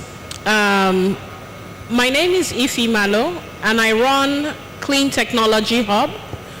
We're a hybrid hub focused on energy access and climate change, working across 7 African countries, with 6 of them being West African countries, and the 7th country being Rwanda in East Africa. So what do? We do 4 things under those 2 pillars that I mentioned, the pillar of energy access and climate change. So we do a lot of research. You would find a lot of seminal research that we have either been commissioned to do or that we took on ourselves to do, that are published on our website. Some of them are published in journals because the people who commissioned it required it for a journal publication. So we're involved in a lot of research. We do work around enterprise development, so helping a lot of young entrepreneurs or inventors be able to start businesses in the climate change and renewable energy sector. So, and this includes even the climate fintech sector, we run the whole gamut. We run an accelerator program for more established business and an incubation program for startups. Now coming to so that's the second thing we do. And then the third thing, we do a lot of advocacy and training. And then the fourth thing is we run a livelihoods program. So how are we teaching people to use renewable energy to make money, to start their own small businesses? And we're focusing that livelihood program on women, especially women in rural and deep rural communities. So back to Festus's question. The question is multi-layered in terms of, how we're using how we're using the hydrogen technology, what are its potential for job creation, to elevate women. I like that the other speakers have given us a background on what hydrogen is and how it looks. I also like that we've gotten the idea around the potential for hydrogen, especially green hydrogen, in Nigeria and even most of Africa. But here is the thing, like Dr. here said, the conversations around hydrogen in Nigeria are just beginning. It's still a very nascent industry. A lot of people don't know what it is or how it works. So what Clean Tech Hub has started to do is to conduct a market research that is giving us ideas into what the potential of hydrogen is for the Nigerian market. We have done similar market research on the mini-grid sector, solar home systems, over the past 7 years. So we've commissioned the same thing for the hydrogen sector, modeling the opportunities along the same trajectory that we use for the mini-grid sector, the solar home system sector, and the clean cooking sector. So here are some of what we're finding as we're going across this market research. First of all, Nigeria, is still slow when it comes to the hydrogen space. We're still not members of the African Hydrogen Partnership, which was established in 2020, or the African Green Hydrogen Alliance, AGHA. We're also finding that hydrogen, in most of the work that the DEX research and also some of the surveys we've sent out, we're finding out that hydrogen is much more capital intensive than even electric vehicles, which is another sector that we play in. And therefore, it's less open to small investors. That's capital intensive, so you need people who have very patient capital and who have a lot of it to be able to invest in hydrogen. And this is why you have, less people getting into the sector, less startups getting into the hydrogen sector. But hydrogen is also, everybody agrees, one of the things that we're finding in our research is that everybody agrees that hydrogen is indispensable to climate action. And that green hydrogen is going to be one of the most effective ways to do not just an energy transition, but also a just transition. And if I have time, I'll get into that very quickly, but I'm just very conscious of time. One of the constraints we found in our work is the unavailability of data, and which is why I'm so grateful I'm sitting next to somebody who's done a lot of work and is showing us, that there is data that we can find to be able to make our case for hydrogen as a market enabler for a green economy. One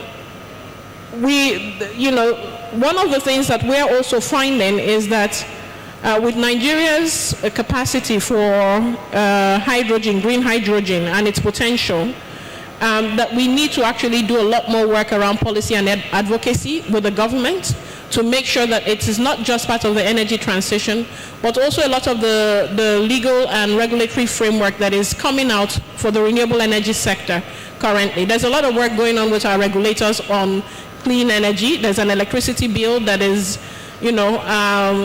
we're just waiting for it to be assented to, but we want hydrogen to be front and center in all of those policy documents.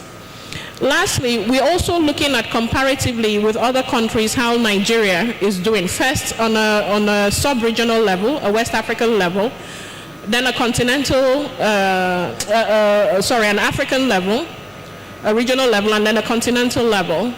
And this is important because it's important to begin the framework of how we measure ourselves whenever we're starting a new industry, because then it's ground zero. We cannot make the argument that others have been doing it for so long and that's why they are way ahead of us. So in terms of developing a hydrogen-based industry, it is important that we create metrics that measure how we're doing, and also best practices that make sure that we're meeting all of the targets and goals that are being set by all the regional and international bodies that are looking at this technology. The potential for jobs with the hydrogen sector is very huge. We consider it critical, especially for the green hydrogen technology. We consider it a very critical, climate-friendly technology that can help us reach our energy transition goals. However, how we go about doing that, which includes bringing in women into the conversation, women into the policy-making aspect of it, women into the project design of what hydrogen deployment would look like, and bringing in women into the scaling up of work and the programs that are designed to get hydrogen technology to be a useful tool for people who are doing businesses. And this is the case. I mean, Osaho is doing a great job with a lot of the women in hydrogen technology, green hydrogen technology. We want to see more women get into that network and begin to build their capacity and their knowledge, because this is an industry that is going to be a game changer. And we are not even just saying just women. We also want to be socially inclusive. So any disadvantaged group.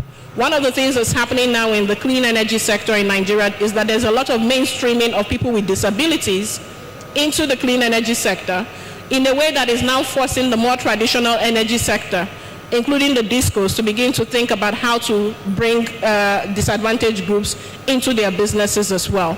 So I will stop there, Festus. I'm very much aware of time, and I'll be happy to make other interventions if there's time. Thank you. Thank you very much, Effie. Data.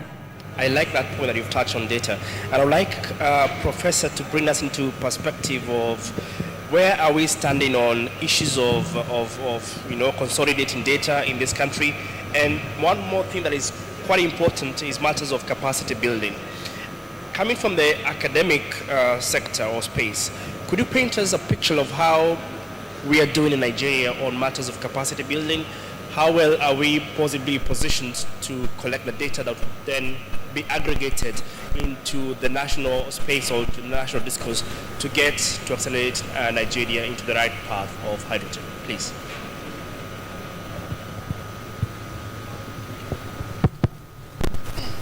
So thank you very much, Festus. Good afternoon, distinguished ladies and gentlemen. So I come from the university. I come from the Federal University of Technology in Owerri, where I am the Deputy Vice Chancellor for Research, Development and Innovation. And I also head the Africa Center of Excellence in Future Energies and Electrochemical Systems. So World Bank funded Center of Excellence in my university, which has been in existence since 2019.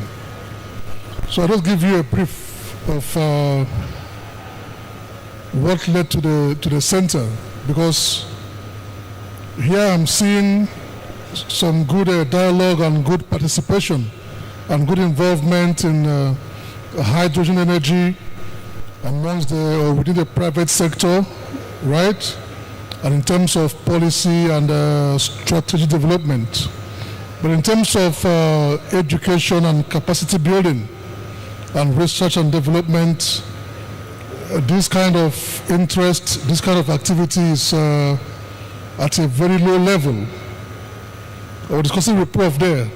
In Nigeria, for instance, we once had the coal in Enugu, coal mines, had a lot of coal resources, and once the world decided to stop using coal, we were stranded, right? Because we didn't develop the technology, we didn't develop the human capacity to continue using that energy resource. So our coal mines are just there, right? But countries like China that were able to develop their capacity in coal, India, till tomorrow, coal is part of their energy mix.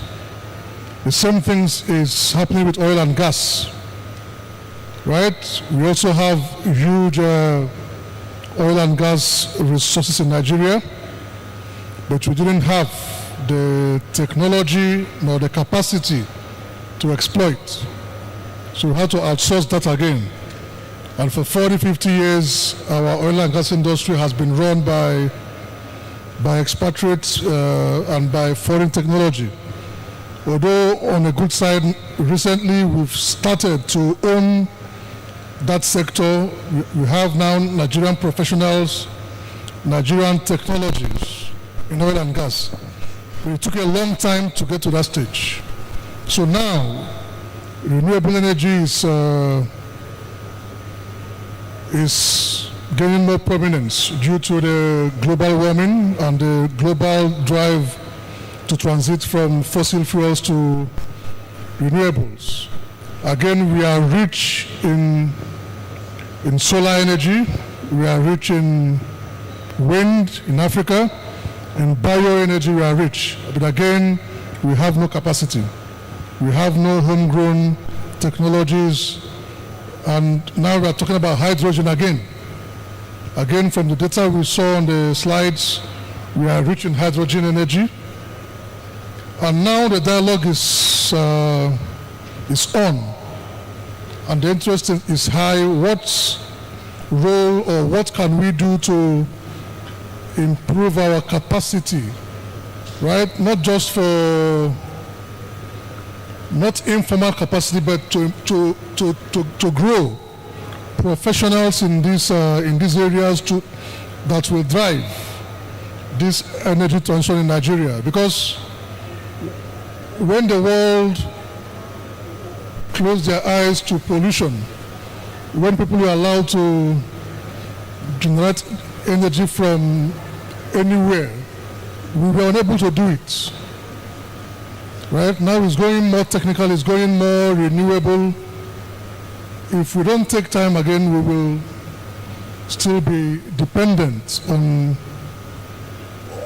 people for instance, most of the interest we see here today on hydrogen is from our partners outside Nigeria because they understand the importance and they have developed the skills and the procedures. So it's very important for us, right, to start to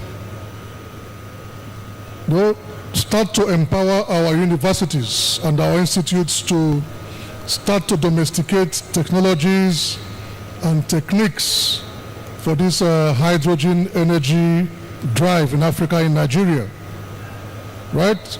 It would be nice, like what if he said, they are doing a study on the spread and the acceptability of hydrogen energy in Nigeria. It would be nice to have a study of R&D institutions in Nigeria. What is their awareness? What is their take on hydrogen energy and even on energy transition? Because until we begin to demand, right, that our institutions start to develop professionals and technologies to support investments, we will keep being dependent, right? And for that reason, we had in 2017, we had a visitor from a French company, had a workshop on campus, and we saw the push towards renewables, towards hydrogen, and we made an estimate. We asked him to make an estimate what it will cost us to have a good laboratory to do some research in this area. And he gave us a bill of 950,000 euro. So in Nigeria, there is no agency that will give you such funding. But luckily for us, a few months later, we had the opportunity. There was a call for proposals for the Africa Center of Excellence for Impact Projects, giving up to $6 million to successful proposals. So we keyed into that, and our proposal was to train, right, a new generation of African professionals to drive this energy transition in Africa. And we got funded, so we got the grants, and we are doing that now. But we also have a center in Enugu, at UNN, so at Nsukka, also an ACE Impact Center of Excellence. So we need these kind of interventions to start to train people, to train Nigerian students on owning the energy transition process in Nigeria, right? For instance, now we have an understanding with the NYSC, the National Youth Service Corps program. We have, during their orientation camp sessions, we have a slot to talk to them about energy transition, about clean energy. And we've done that. We've done a pilot in Owerri, and we are in talks with the NYSC headquarters in Abuja to make it a national project, because we need to empower our people with information. I can tell you, if the academia is aware of this kind of events, right, they will key into it. Because we cannot really drive technology without building up the human capacity to do that. So I will think it's at these hydrogen strategy stages, there has to be sufficient involvement of the academia, the R&D professionals, so that we start from where the problems are, develop strategies to address those problems and go from there. Thank you very much. Thank you, Prof. Thank you very much. Those are great insights. We were having a side event co-hosted by GSZ on Wednesday, and there were a lot of discussions on how we can involve the academic institutions right from the very young age and grow with this matrix of understanding what are we talking about, what is energy, what is hydrogen, what is transition. These will be the champions in the near future. And therefore, I also like the point that you're making that we cannot develop without involving, these institutions, without growing our very own in terms of our own engineers, our own workforce. And that is very, very important. It can only be done by growing the capacities and developing them further. There's also something you touched on, what we need to do. And it struck my mind that we have some very different geographies in Africa. Africa is not one small, country. And whenever there is an international space discussed in Africa, they say, in comparison to, the UK, Africa is doing this, or Africa in comparison to Germany. Africa is 50, how many countries? 54 countries. But there we have this international discourse whereby they compare one single country in Europe to Africa, which has got very different geographies, very different geopolitical arrangements. And this is a narrative that needs to be put better, that we need to have diversity of understanding that Nigeria has very, very different needs from Namibia, from Egypt, from Morocco. And therefore, what we derive on these conversations has to be homemade, not really guided by what the international community is possibly illustrating us to do. Now, as we conclude, I would like to just ask of some interventions from each of you so that we wrap up this session, and of course, also from the audience. And one of those areas that we are looking at to understand further is the key role of the private sector on hydrogen. And I wish to get the insights and also closing remarks from Dr. Mama. You possibly point to us, what are the key partnerships that you're looking at from the private sector? Who could be the possible institution, or who could be the possible partner, ideally, for the private sector in Nigeria to develop this concept, and of course, have the right uptick of hydrogen into the private sector, as you also give your concluding remarks. Thank you, Festus. So for me, I believe that because of the nascency, of the whole discussion around hydrogen, you cannot approach it from one perspective. So a coalition is needed. I remember a few years back when the Renewable Energy Association of Nigeria was formed, it became a point of advocacy, across both the public sector and the private sector for rallying the development, in that space. So what we need for hydrogen at this early stage is probably an industry association within which you can have arms, for different forms of advocacy in academia, in policy making, in strategy, in finance, in technology, and across all aspects of the value chain. And currently, that is totally lacking. So that's one good place to start, because often we want to, in Nigeria, we often belabor or overemphasize the relevance of government.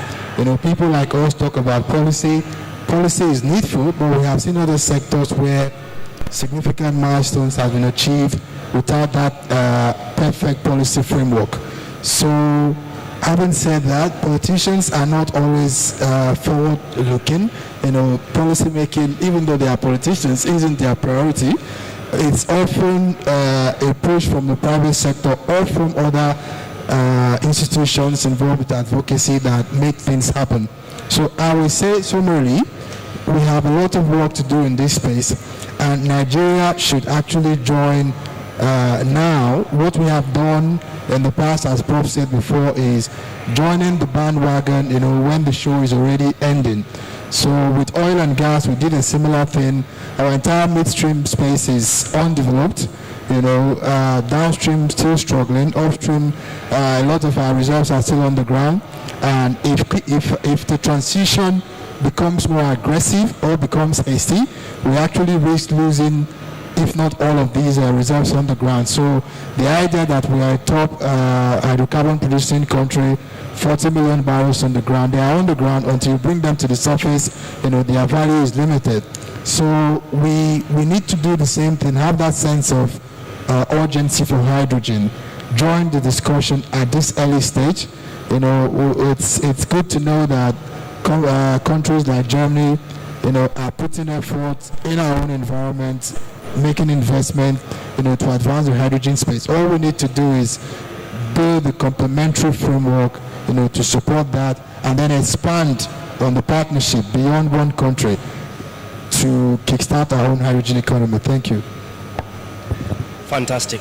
Gina, do you have divergent views on policy? I would like you to be very honest with us and tell us, in as much as we say that policy, like for example in Kenya, very, very quickly, there's something called M-Pesa. And I think most of you have heard it. M-Pesa. Can you hear me? Oh yeah, there we are. So as I was saying, there's something called M-Pesa in Kenya. Yeah, it's a revolutionary mobile money transaction platform. M-Pesa came into the Kenyan market when there was no regulation, there was no policy, there was no nothing. Yeah, so the technology is there, but the governing policy about that is not developed. Yeah, it's not even there, right? And I think the beauty of technology cannot be limited to policy, right?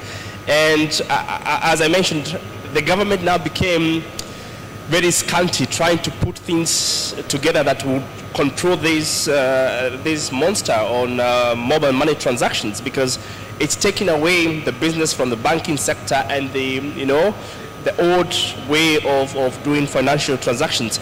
So the beauty about it, as mentioned, let technology emerge. Let there be that capacity and potential. Policy can also come. But I don't wish to possibly insist on that. Maybe you have another different view. 1 minute as you close. Policy. Thank you very much. Well, here I want to mention that the Hydrogen Office is working on a study on policy and regulatory frameworks for hydrogen in Nigeria, and the result of it will be some policy recommendations. So that's something we are conducting some stakeholder consultations at the moment. So I think that's something that will help. But we have to keep in mind that hydrogen is not a new thing. Green hydrogen is a combination of things that have already existed for a while. So we have the renewable energy sector. We already have policies and regulations in place for that. We have the hydrogen as a fuel, as a feedstock for industry. We already have the safety, health and safety regulations for that in place. So we are just, the interesting thing about green hydrogen is that it brings together two sectors that are usually working separately from each other, which is the renewable energy sector and the oil and gas sector, because since it is a fuel, it kind of falls into the oil and gas sector. It is not a hydrocarbon, it's just without the carbon, but it has some similarities. So it is not a new thing, and what you mentioned is very important, that we are always speaking about how projects drive policies. So what we want to see is, what we want to find out is, how do we promote the development of a hydrogen industry? How do we foster it? And that's on the one hand, of course, we can have policies, incentives in place for that, but of course, innovation will be the main thing, because if we manage to drive the prices for green hydrogen down, then the industry will just drive itself. So innovation is key. How do we foster innovation? Especially how do we foster Nigerian innovation? So that's what we have my co-panelists have been mentioning.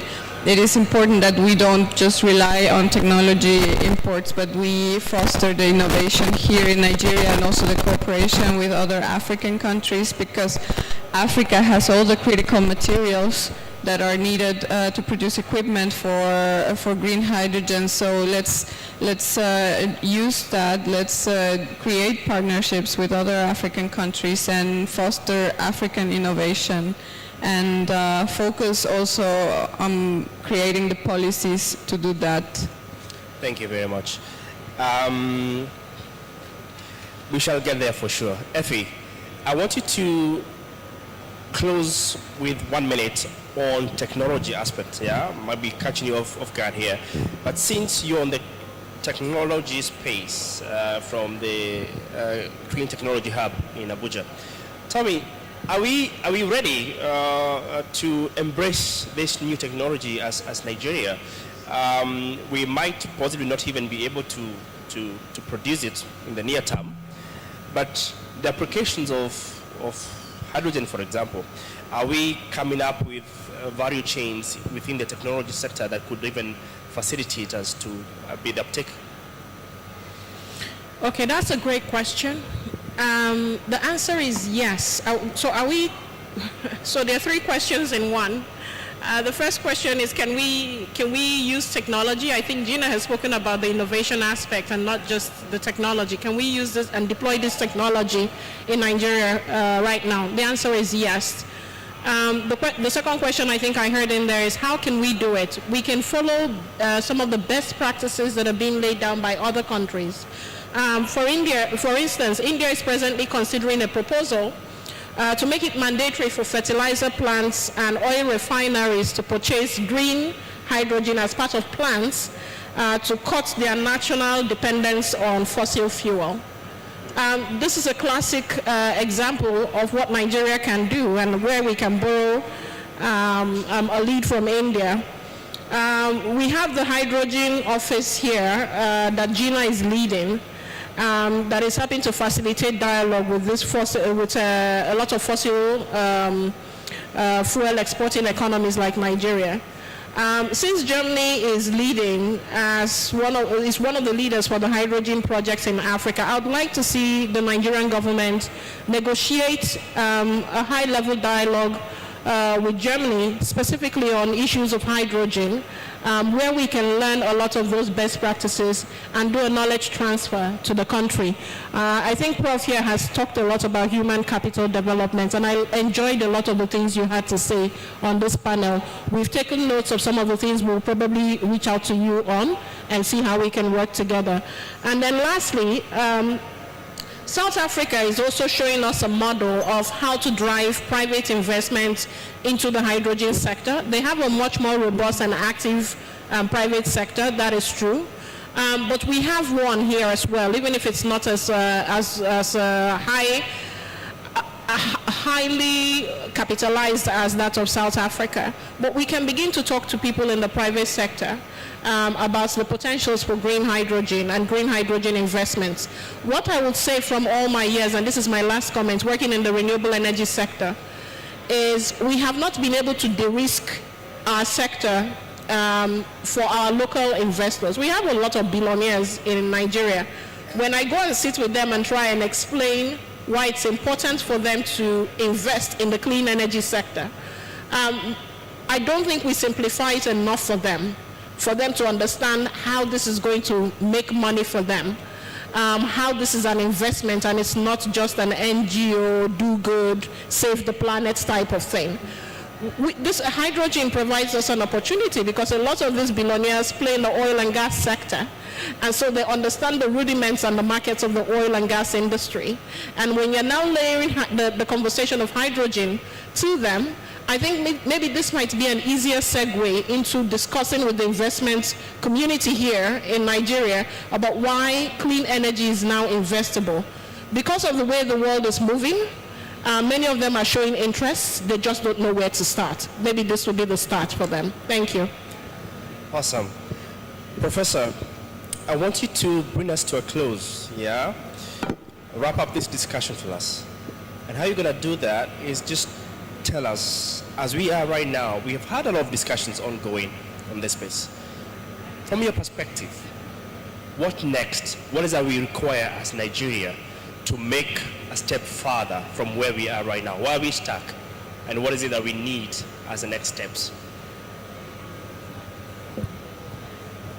So thank you very much. So young people in Nigeria are very restless, very innovative, right? And they have access to more resources, more information than we had in our own time, right? The problem is there is nowhere to channel that energy. So what we need is direction, more or less, right? That's why there has to be, like a doctor said, there has to be some kind of agency or some kind of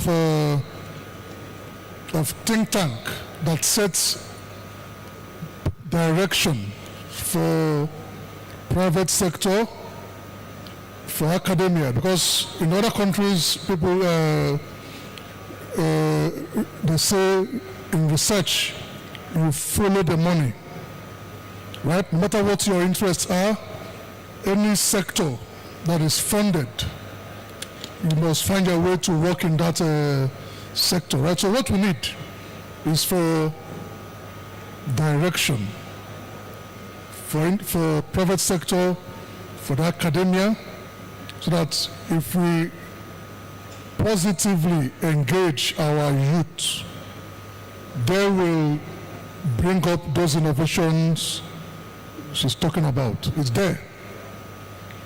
For me, the system we have in Nigeria, we don't motivate, we don't test our youth so much. But a few times I've done that in my university, we have been amazed at what these people can just bring up if given the proper push.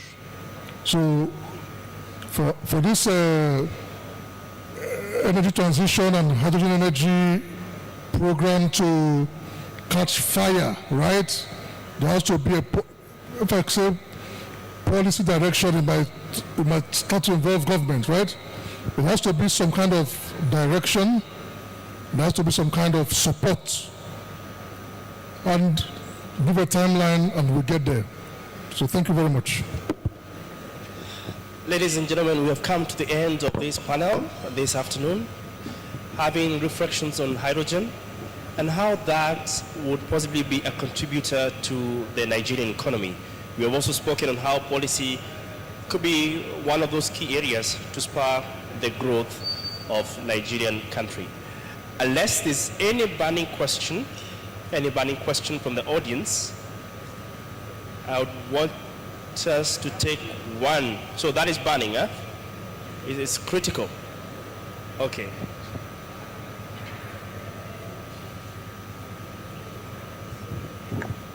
Thank you very much. For money to flow into hydrogen sector, you mentioned the risk. Very, very interesting. Anybody that want to inject capital, want to make sure the capital will come back with return on investment. What platform, what mechanism will make sure that if I'm representing investors team, they will not burn their hand, because oil sector have not been employing Nigerians. Very, very few Nigerians. Now, is the same thing not going to be repeated in hydrogen sector? If that is okay, what about the time? What strategy do you have in place to de-risk equity investment flowing? Thank you very much. May I know whom you're directing this question to?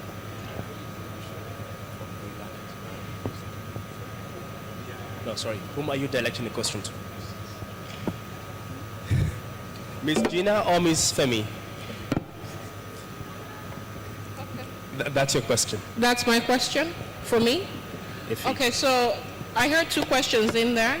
The first one is, how are we de-risking the sector?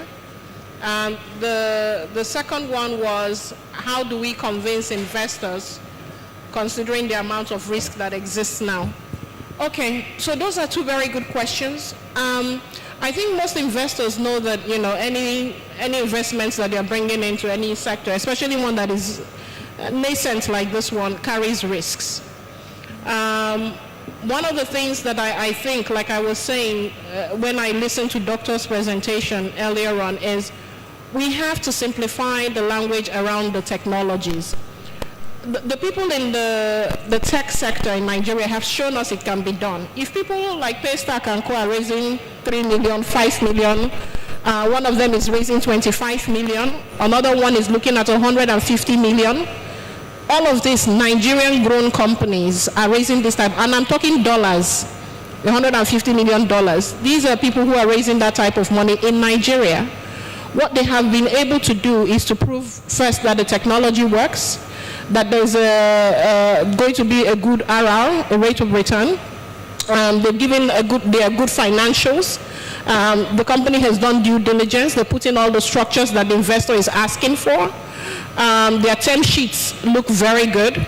Once these things are in place, investors are very smart people, and they have a whole slew of financial advisors to advise them on these deals.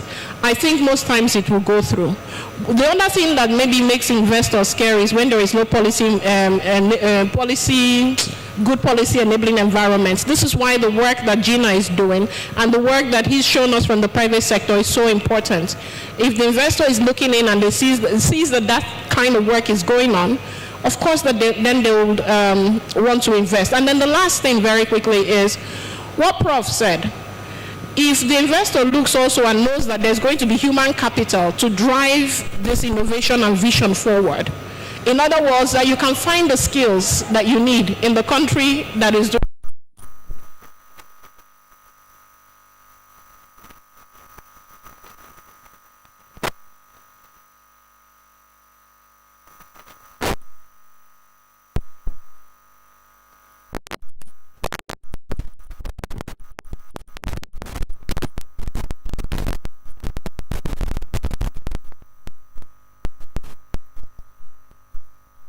Foundtech had visited Nigeria. It was a signal they were sending. And so we have to do the same thing the tech sector has done, which is actually pass the right message, make sure that we're building an enabling environment, building the human capital, and putting in all the background work to make sure that our sector looks attractive to investors. That's how I'll answer your question. Brilliant. Thank you ever so much, Effie. Please help me to give them a very big hand of applause. Asante Sana, may I invite you for a quick photo as we close the session?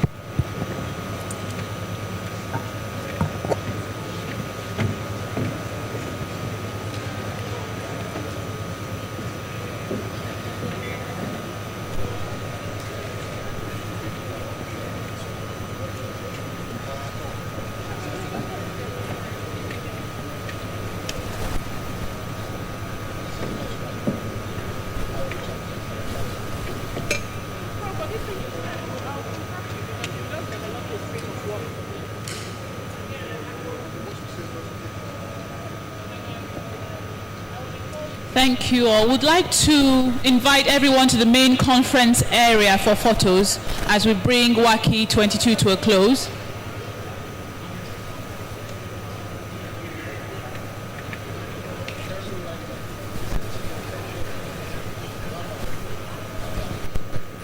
Can we have everyone at the main conference areas for photos, please?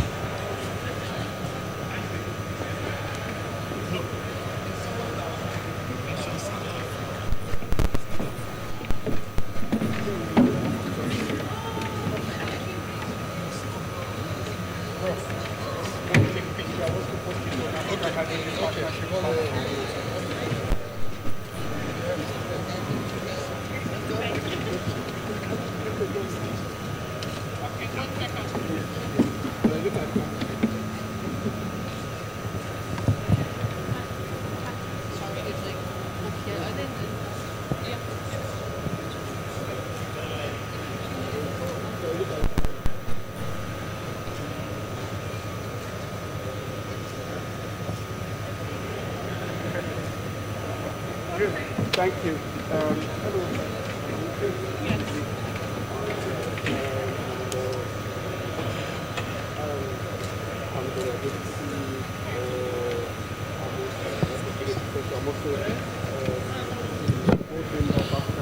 Would like to call on everyone in the main conference area for photos, please.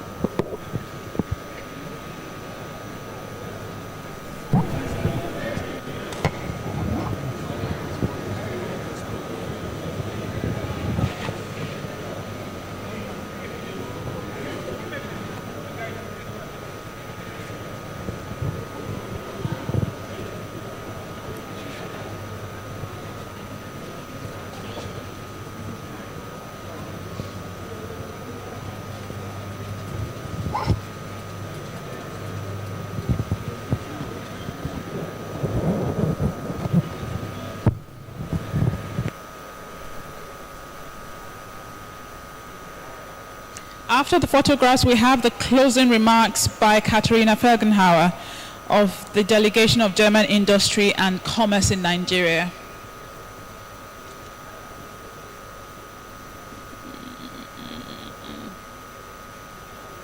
Come on.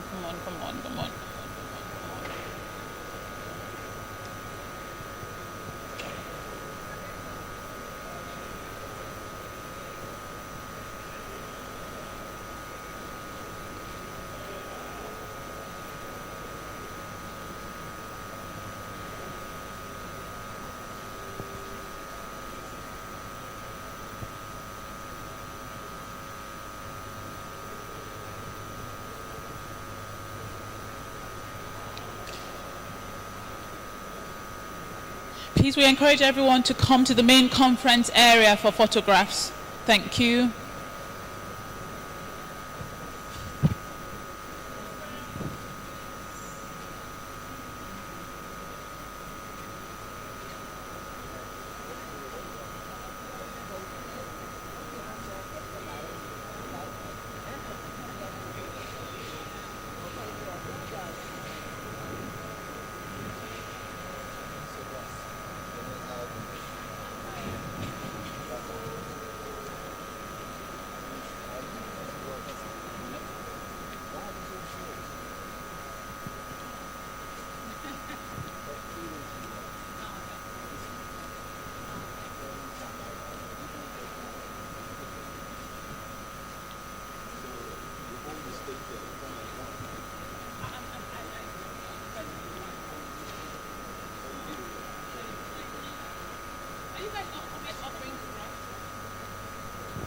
Would like everyone to come to the main conference area for photographs. Thank you.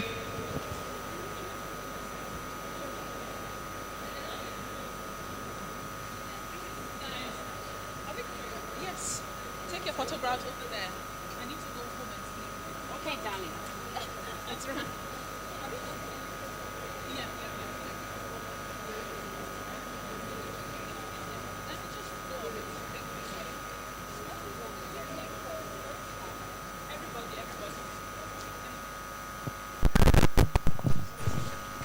We're taking photographs. Everybody. Main conference area.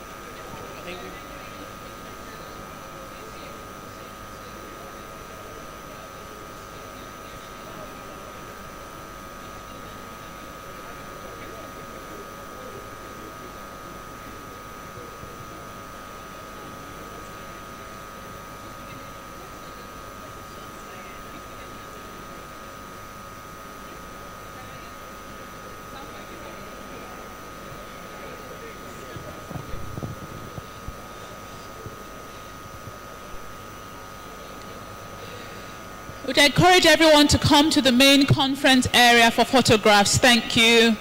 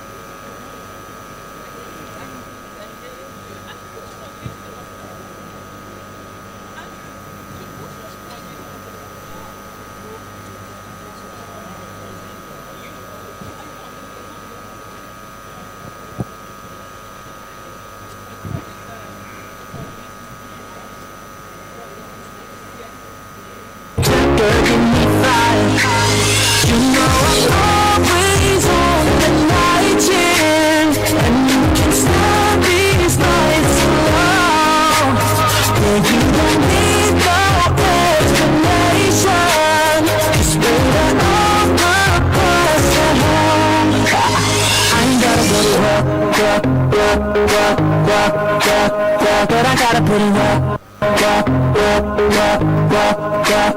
I ain't gotta go to work. But you probably do work. We can work from home. We can work from home. Let's put it in motion. Building me a promotion. Let's make it feel like the vacuums on a bed into an ocean. We don't need nobody, I just need your body. Nothing but sheets in between us, ain't no big enough early. You know I'm always on the night in, and you can stand these nights alone. Yeah, you don't need no explanation, 'cause baby I'm the boss.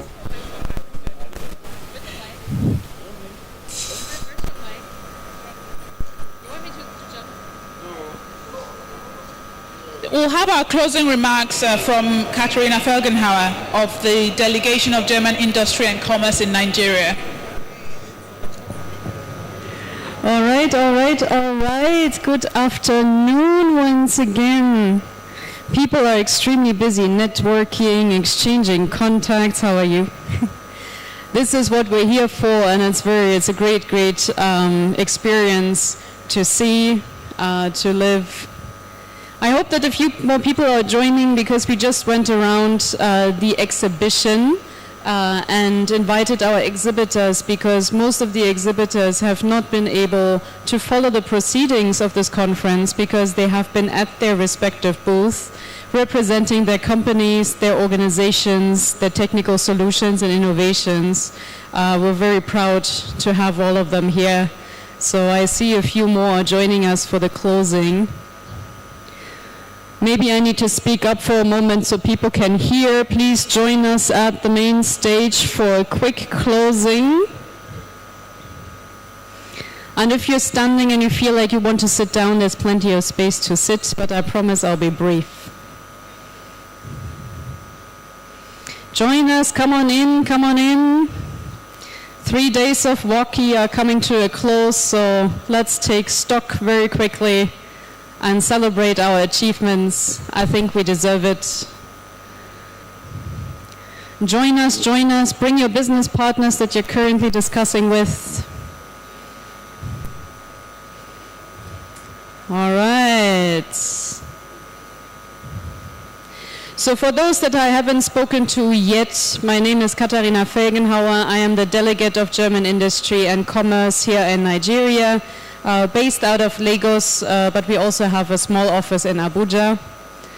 Our mandate is to promote German-Nigerian business relations, and we do that by supporting German companies, Nigerian companies, other West African companies, and other European companies. And we work very closely with various partners from the private sector, but also the public sector and academia. So that's why you see us as the organizers of this year's West African Clean Energy and Environment Trade Fair and Conference, WACEE 2022.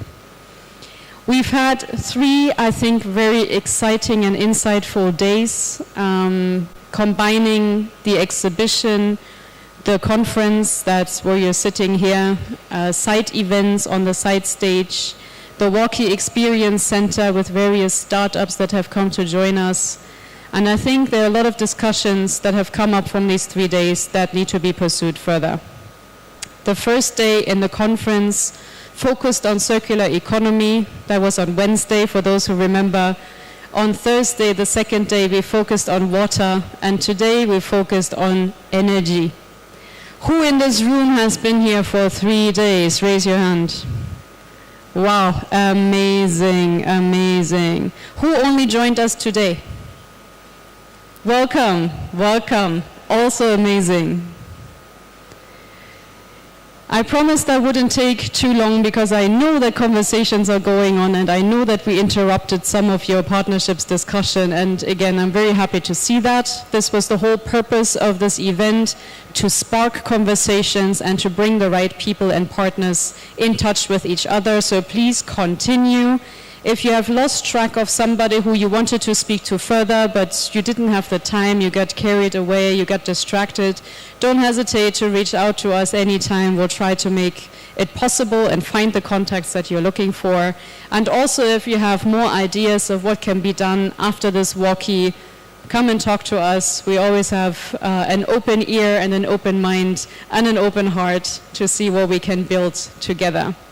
WACEE 2022 is celebrating 10 years of WACEE, but as I said on Wednesday, this is the first time WACEE has taken place physically in Lagos, and I still stand by the saying, it's about time. And these 3 days and all of you have proven us right. It is the right time, it is the right place, it is the right WACEE.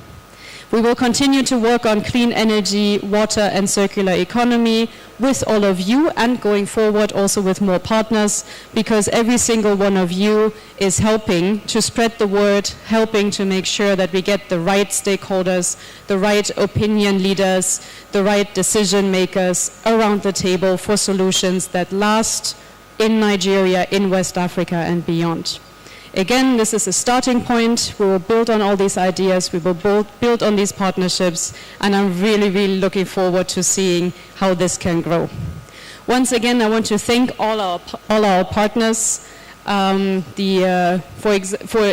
particular, let me say, the institutional partners that have made this possible. The Nigerian Ministry for Trade, Industry and Investment, the Nigerian Investment Promotion Commission, the Ghana Investment Promotion Center. We have our Austrian friends. Guido Stock is here. Good to see you with our Austrian pavilion. We have the German pavilion, the support from the German diplomatic missions, the support from the Swiss diplomatic mission. We're very proud to bring these partners together. Sorry, I also see Hannes Scheiner, who's hiding in row 5, also from Advantage Austria, who's been here throughout the 3 days and has witnessed what we have accomplished. Many, many more partners. I want to highlight major sponsors. Siemens Energy, a major sponsor of this activity. UNIDO ITPO, we have UNIDO ITPO Nigeria present. A very strong presence, not only in number, but also in personality. Thank you very much. And we also have support from UNIDO ITPO Germany. We really appreciate a long-standing partner of ours. And I want to acknowledge Germany Trade and Invest, also a major sponsor of WACEE 2022.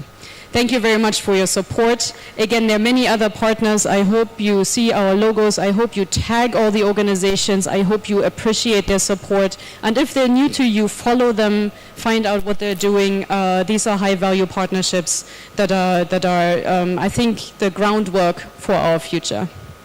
Last but not least, I want to call my team together on stage, the team of the Delegation of German Industry and Commerce in Nigeria.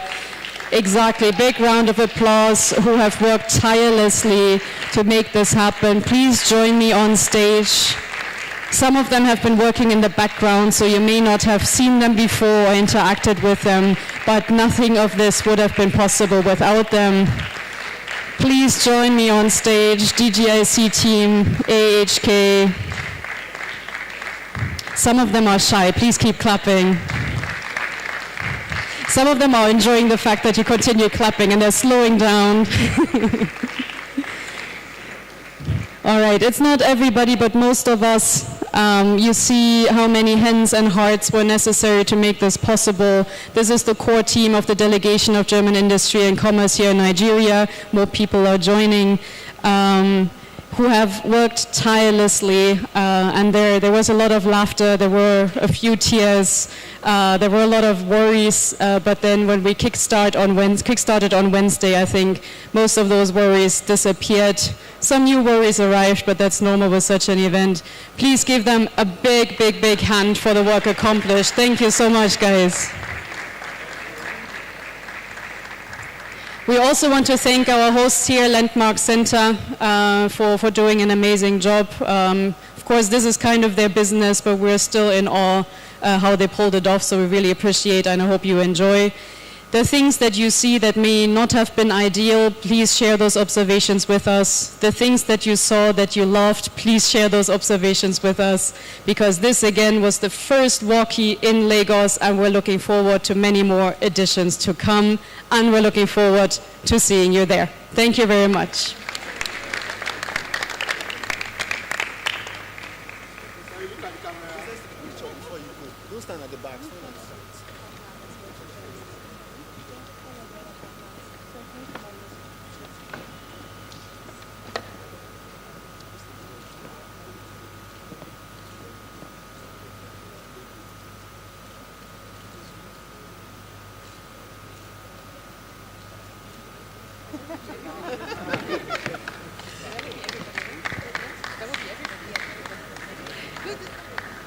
Guys, no, we can't go. For those who want to join us in our little celebration, that's all of you, our partners, our exhibitors, our guests. Please join us on stage, in front of stage. We want to take a big picture and celebrate this moment together with you. Join us, celebrate WACEE 2022. Say hi to the person next to you, maybe you haven't met them yet. All right, come on.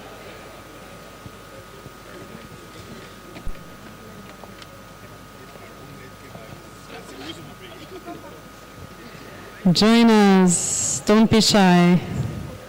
This is history in the making, you want to be part of this. Beautiful. You can come on stage. More people fit on stage, don't be shy. Beautiful. And remember, this is only the third day, so we think about everybody who joined us yesterday and the day before. I don't have the current numbers of how many participants we had, but it's been a great success, and we'll share those details in the next few days. Follow our social media, and you get updates of what we're up to.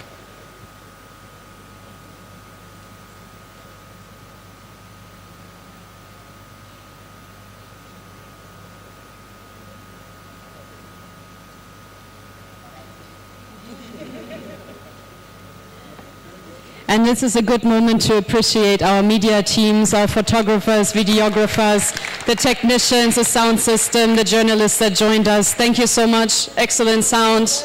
Thank you very much. Have a good time. And now I stop speaking. Please mingle, interact, and enjoy the rest of your day. Thank you so much. Well done. Well done.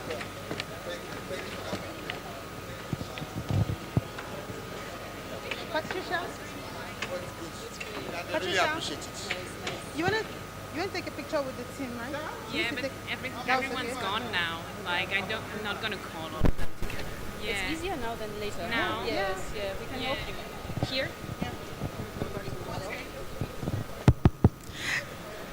DGIC colleagues, please come on stage again. Please come on stage again, DGIC colleagues. Meine Kollegen and mine colleagues. You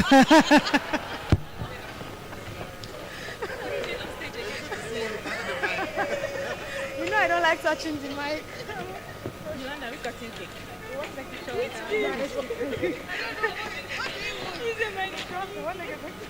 okay. Okay. Phone is ringing. Should we come down? Why are we even up? Because we belong down. Yeah, We belong to the top. And if I want to be down, be down. Okay, you know that drag me. Yes. Okay. You can take them, then you take our desk. Anyone. You can come up if you prefer.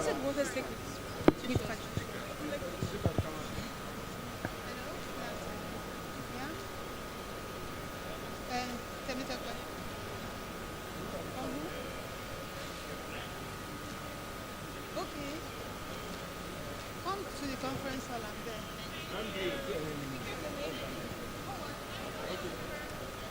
Manuel.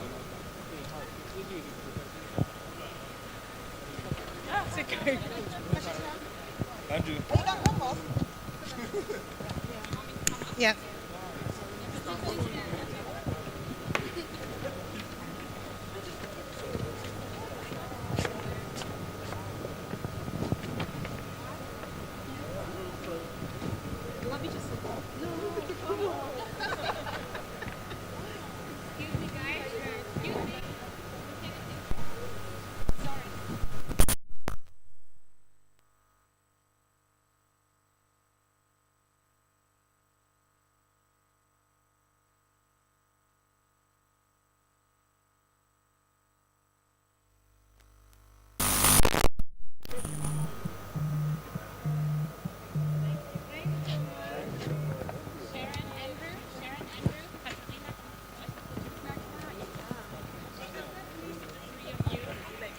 Oh, I want to take a half.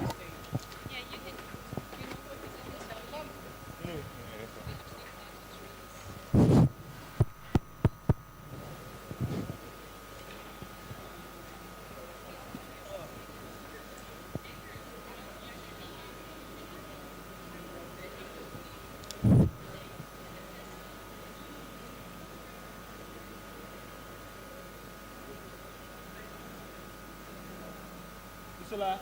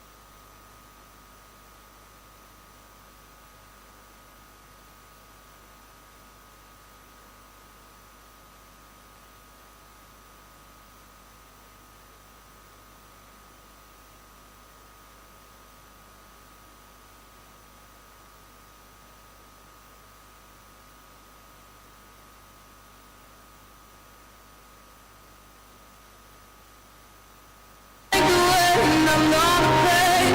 Now the day bleeds into nightfall. Can you not hear to get me through it all? I let my guard